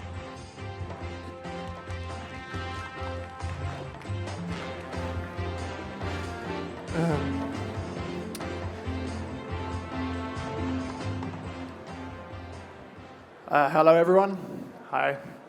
If you don't know me, I'm Dominic. I'm the founder and chief scientist of Divinity, and we the main technical contributor to something called the Internet Computer Blockchain. First of all, just like to thank Dr. Xiao and Wanxiang and HashKey for having us here. Thank you. So without further ado, let's go through this. So something you may find interesting is you can find this deck on this URL. So if you take this QR code, you get a URL, and it takes you to a copy of this deck that's being served from the blockchain. So that's because the Internet Computer Blockchain can process HTTP. So it's the first blockchain in the world that can create a user experience. So you can build things on the Internet Computer that serve their own user experience. You might be wondering, how much does that cost? Because decks are pretty big. How much does it cost to store a deck on the blockchain? And the answer here is actually not that much. And it's about 4 cents a year currently to store this deck on the Internet Computer Blockchain. And that's an absolutely incredible improvement in efficiency. So to give you some comparables, it would cost you about $800 to store this on Solana. And it would cost you almost $500,000 to store this deck on Ethereum. But of course, these chains also couldn't serve it. So you're probably guessing this is a Web3 chain. Funnily enough, this deck is slightly out of date. And I realized that when I opened it. And for that reason, it says that the blockchain's processed 1.25 billion blocks. But if you go to dashboard.internetcomputer.org, you can see that today it's processed about 1.9 billion blocks. 1.9 billion. So a huge number. Another interesting stat is that today it's doing about 5,500 transactions a second. But those transactions do an awful lot more compute than a traditional blockchain transaction. So it's doing the equivalent of about 250,000 Ethereum transactions a second. 250,000 Ethereum transactions a second when you compare EVM instructions to WASM instructions. It's got a different virtual machine. So the aim of the Internet Computer is to enable something we describe as blockchain singularity. And it's this idea that blockchain will replace traditional technology, so that in the future, people will actually build on a blockchain rather than building on the traditional technology stack, using things like Amazon Web Services. So something very different. The name Divinity, of course, comes from concatenation of decentralized infinity. Divinity itself is a not-for-profit foundation based in Switzerland. Actually the biggest R&D operation in blockchain, and have been for a while. We have probably the biggest team of well-known cryptographers in the world, bigger than Google, bigger than some security agencies. And the Internet Computer is really, conceived as something first and foremost, that can replace traditional technology, but also fixes a lot of key problems for Web3. So, if you look at the prevalent architecture today, you have a blockchain that stores some tokens, some NFTs maybe, or links to, the NFTs are just links to data on Amazon. And really everything lives on Amazon, right? So today's Web3 is, you have like the 99.99% of data and computation lives on Amazon Web Services. And this presents some problems because if users want to own a service, if they want to have governance tokens in the service, it doesn't really work because a DAO can't control something that's running on Amazon Web Services. A DAO can only control smart contracts on the blockchain. So, this is generally where things go wrong. Hackers, regulators, censors, they all head to this centralized technology. And, our solution is, just put the world on chain. The internet computer is a blockchain that can act as an alternative to traditional platforms like Amazon Web Services. So here is the internet computer. As a sort of schematic, this is what it looks like. Down the bottom, you've got these node machines that are combined by this thing called ICP, Internet Computer Protocol, and they're formed into essentially an infinitely scalable blockchain with very, very high efficiency called the internet computer. Without getting into the details, it involves a lot of very sophisticated math, a lot of it kind of pretty breakthrough in nature. So I mentioned, there are a number of differences between the internet computer and traditional blockchains, and these go beyond just speed and efficiency. One of the key ones is that smart contracts that you install on the internet computer can serve web. They can actually process HTTP requests and serve a user experience. So, here we've got some users on their phones, on their laptops, and they're interacting with a Web3 service running on the internet computer. And there's no intermediary. There's no Amazon Web Services. The whole thing is built with smart contracts.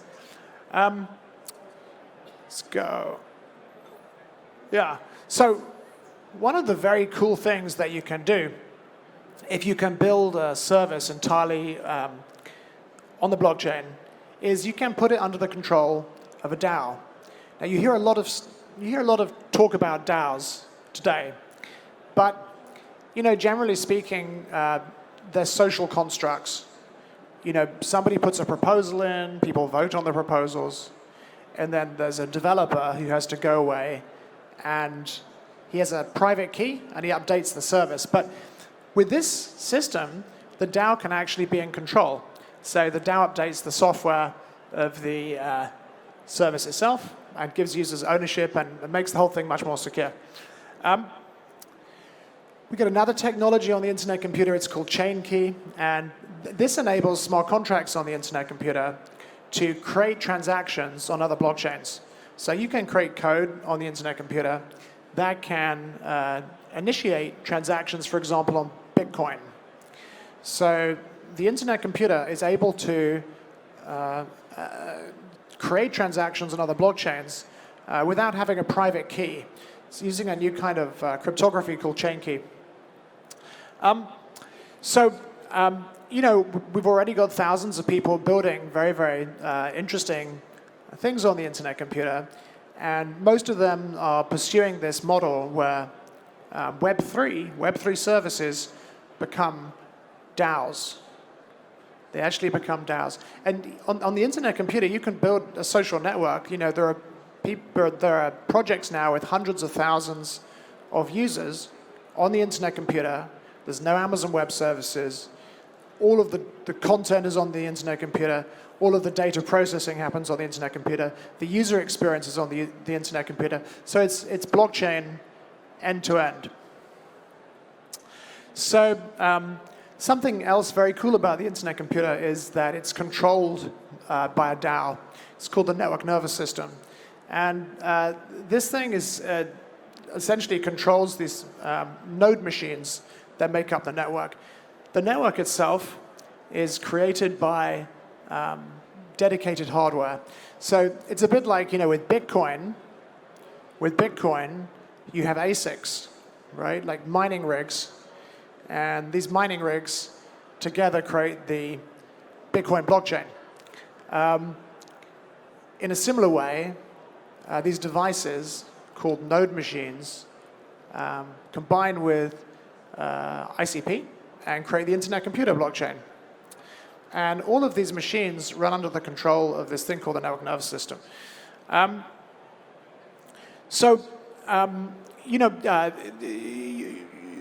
You got this kind of platform, which is a blockchain, but one that can run smart contracts at any scale with incredible efficiency, incredible speed, that can process HTTP. But you don't lose any of these fantastic properties you get with a blockchain.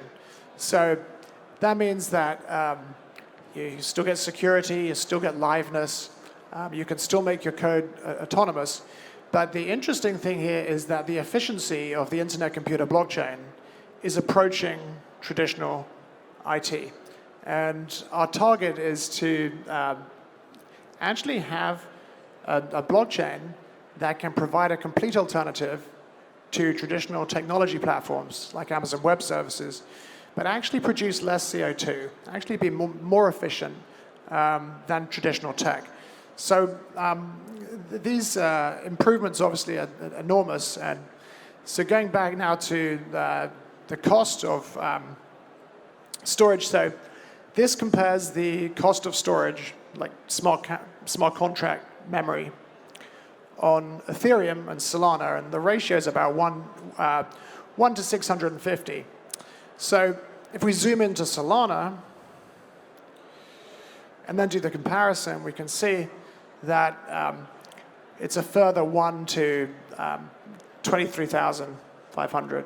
So to put it in perspective, the internet computer is millions of times more efficient than Ethereum.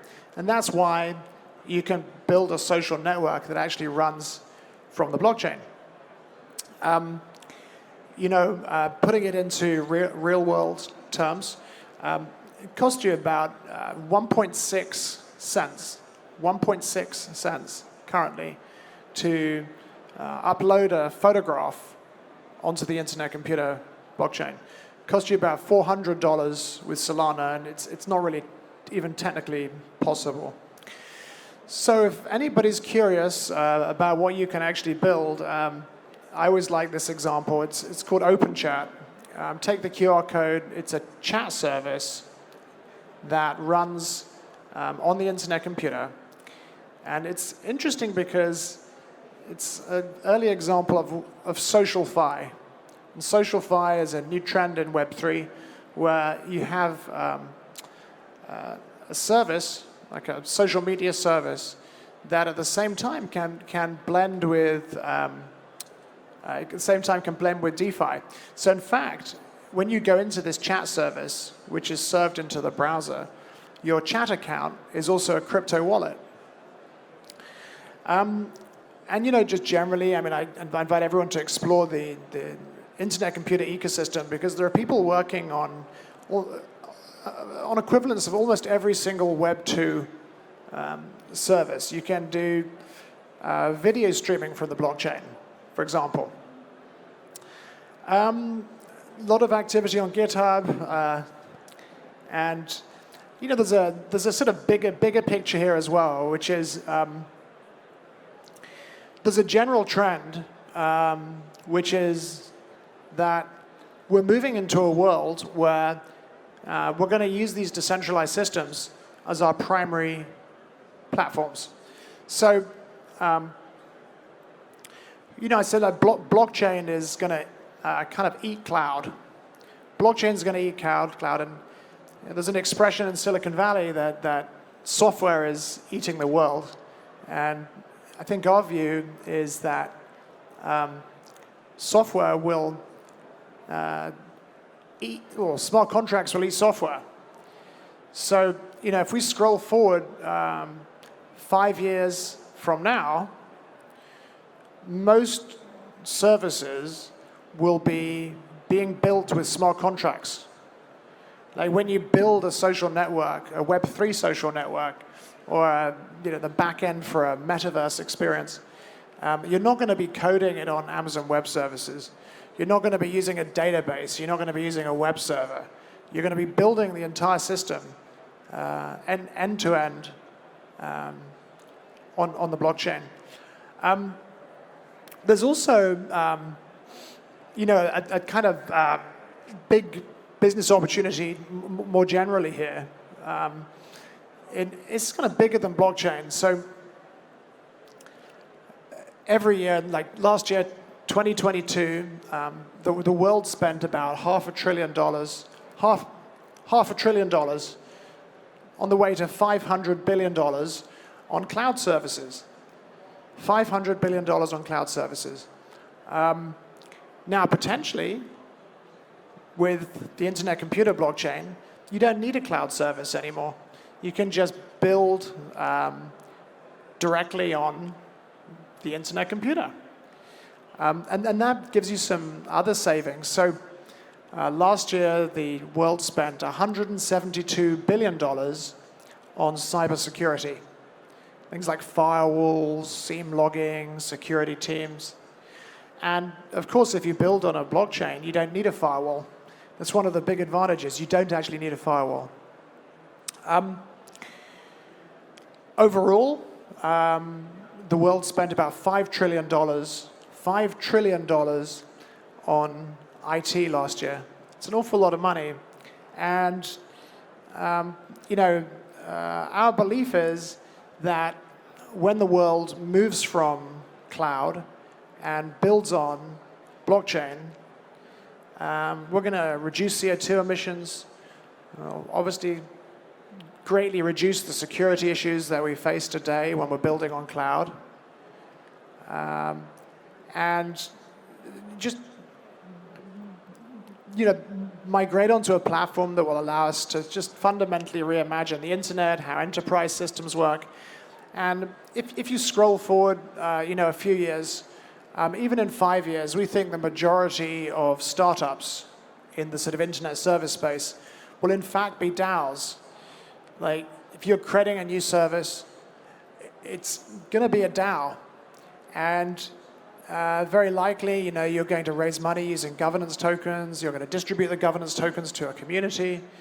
But also within the enterprise space, we believe that enterprise systems will also be DAOs, because it doesn't make sense to give one developer in your organization a key that they can use to update your entire corporation's enterprise systems.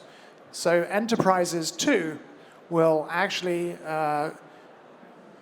create the enterprise systems as DAOs and use them to distribute control. So this is a technical slide, but there's a lot of very interesting features. If anybody here is more technical and actually building Web3, who is building Web3 services? Actually got in. Okay.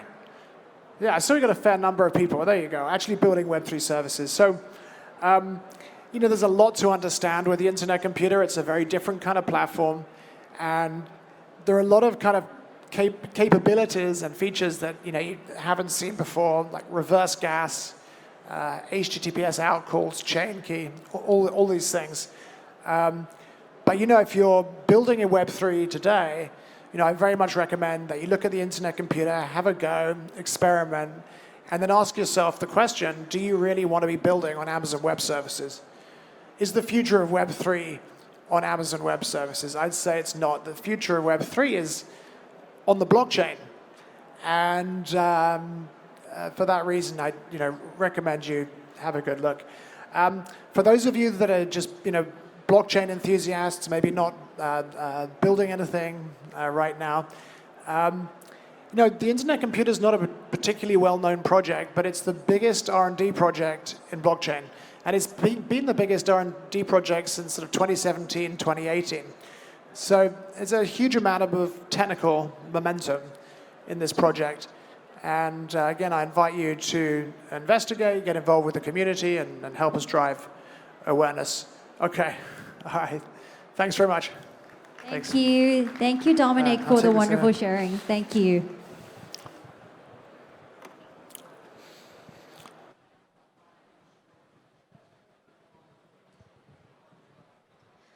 Ladies and gentlemen, this wraps up the opening ceremony of the Hong Kong Web3 Festival 2023.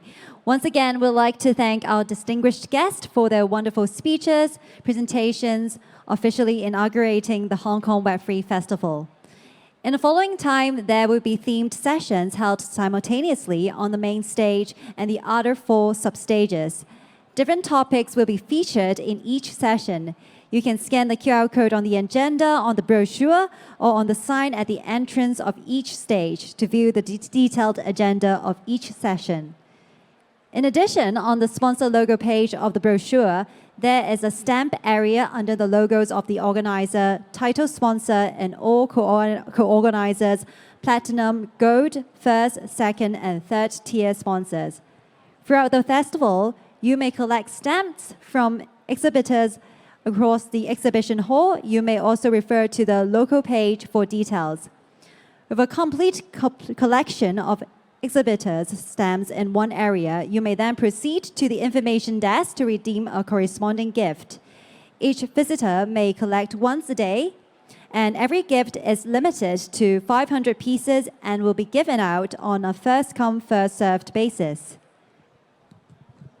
Once again, ladies and gentlemen, thank you so much for your participation. See you all again at 2 p.m. for the exciting sessions. Thank you. See you all soon.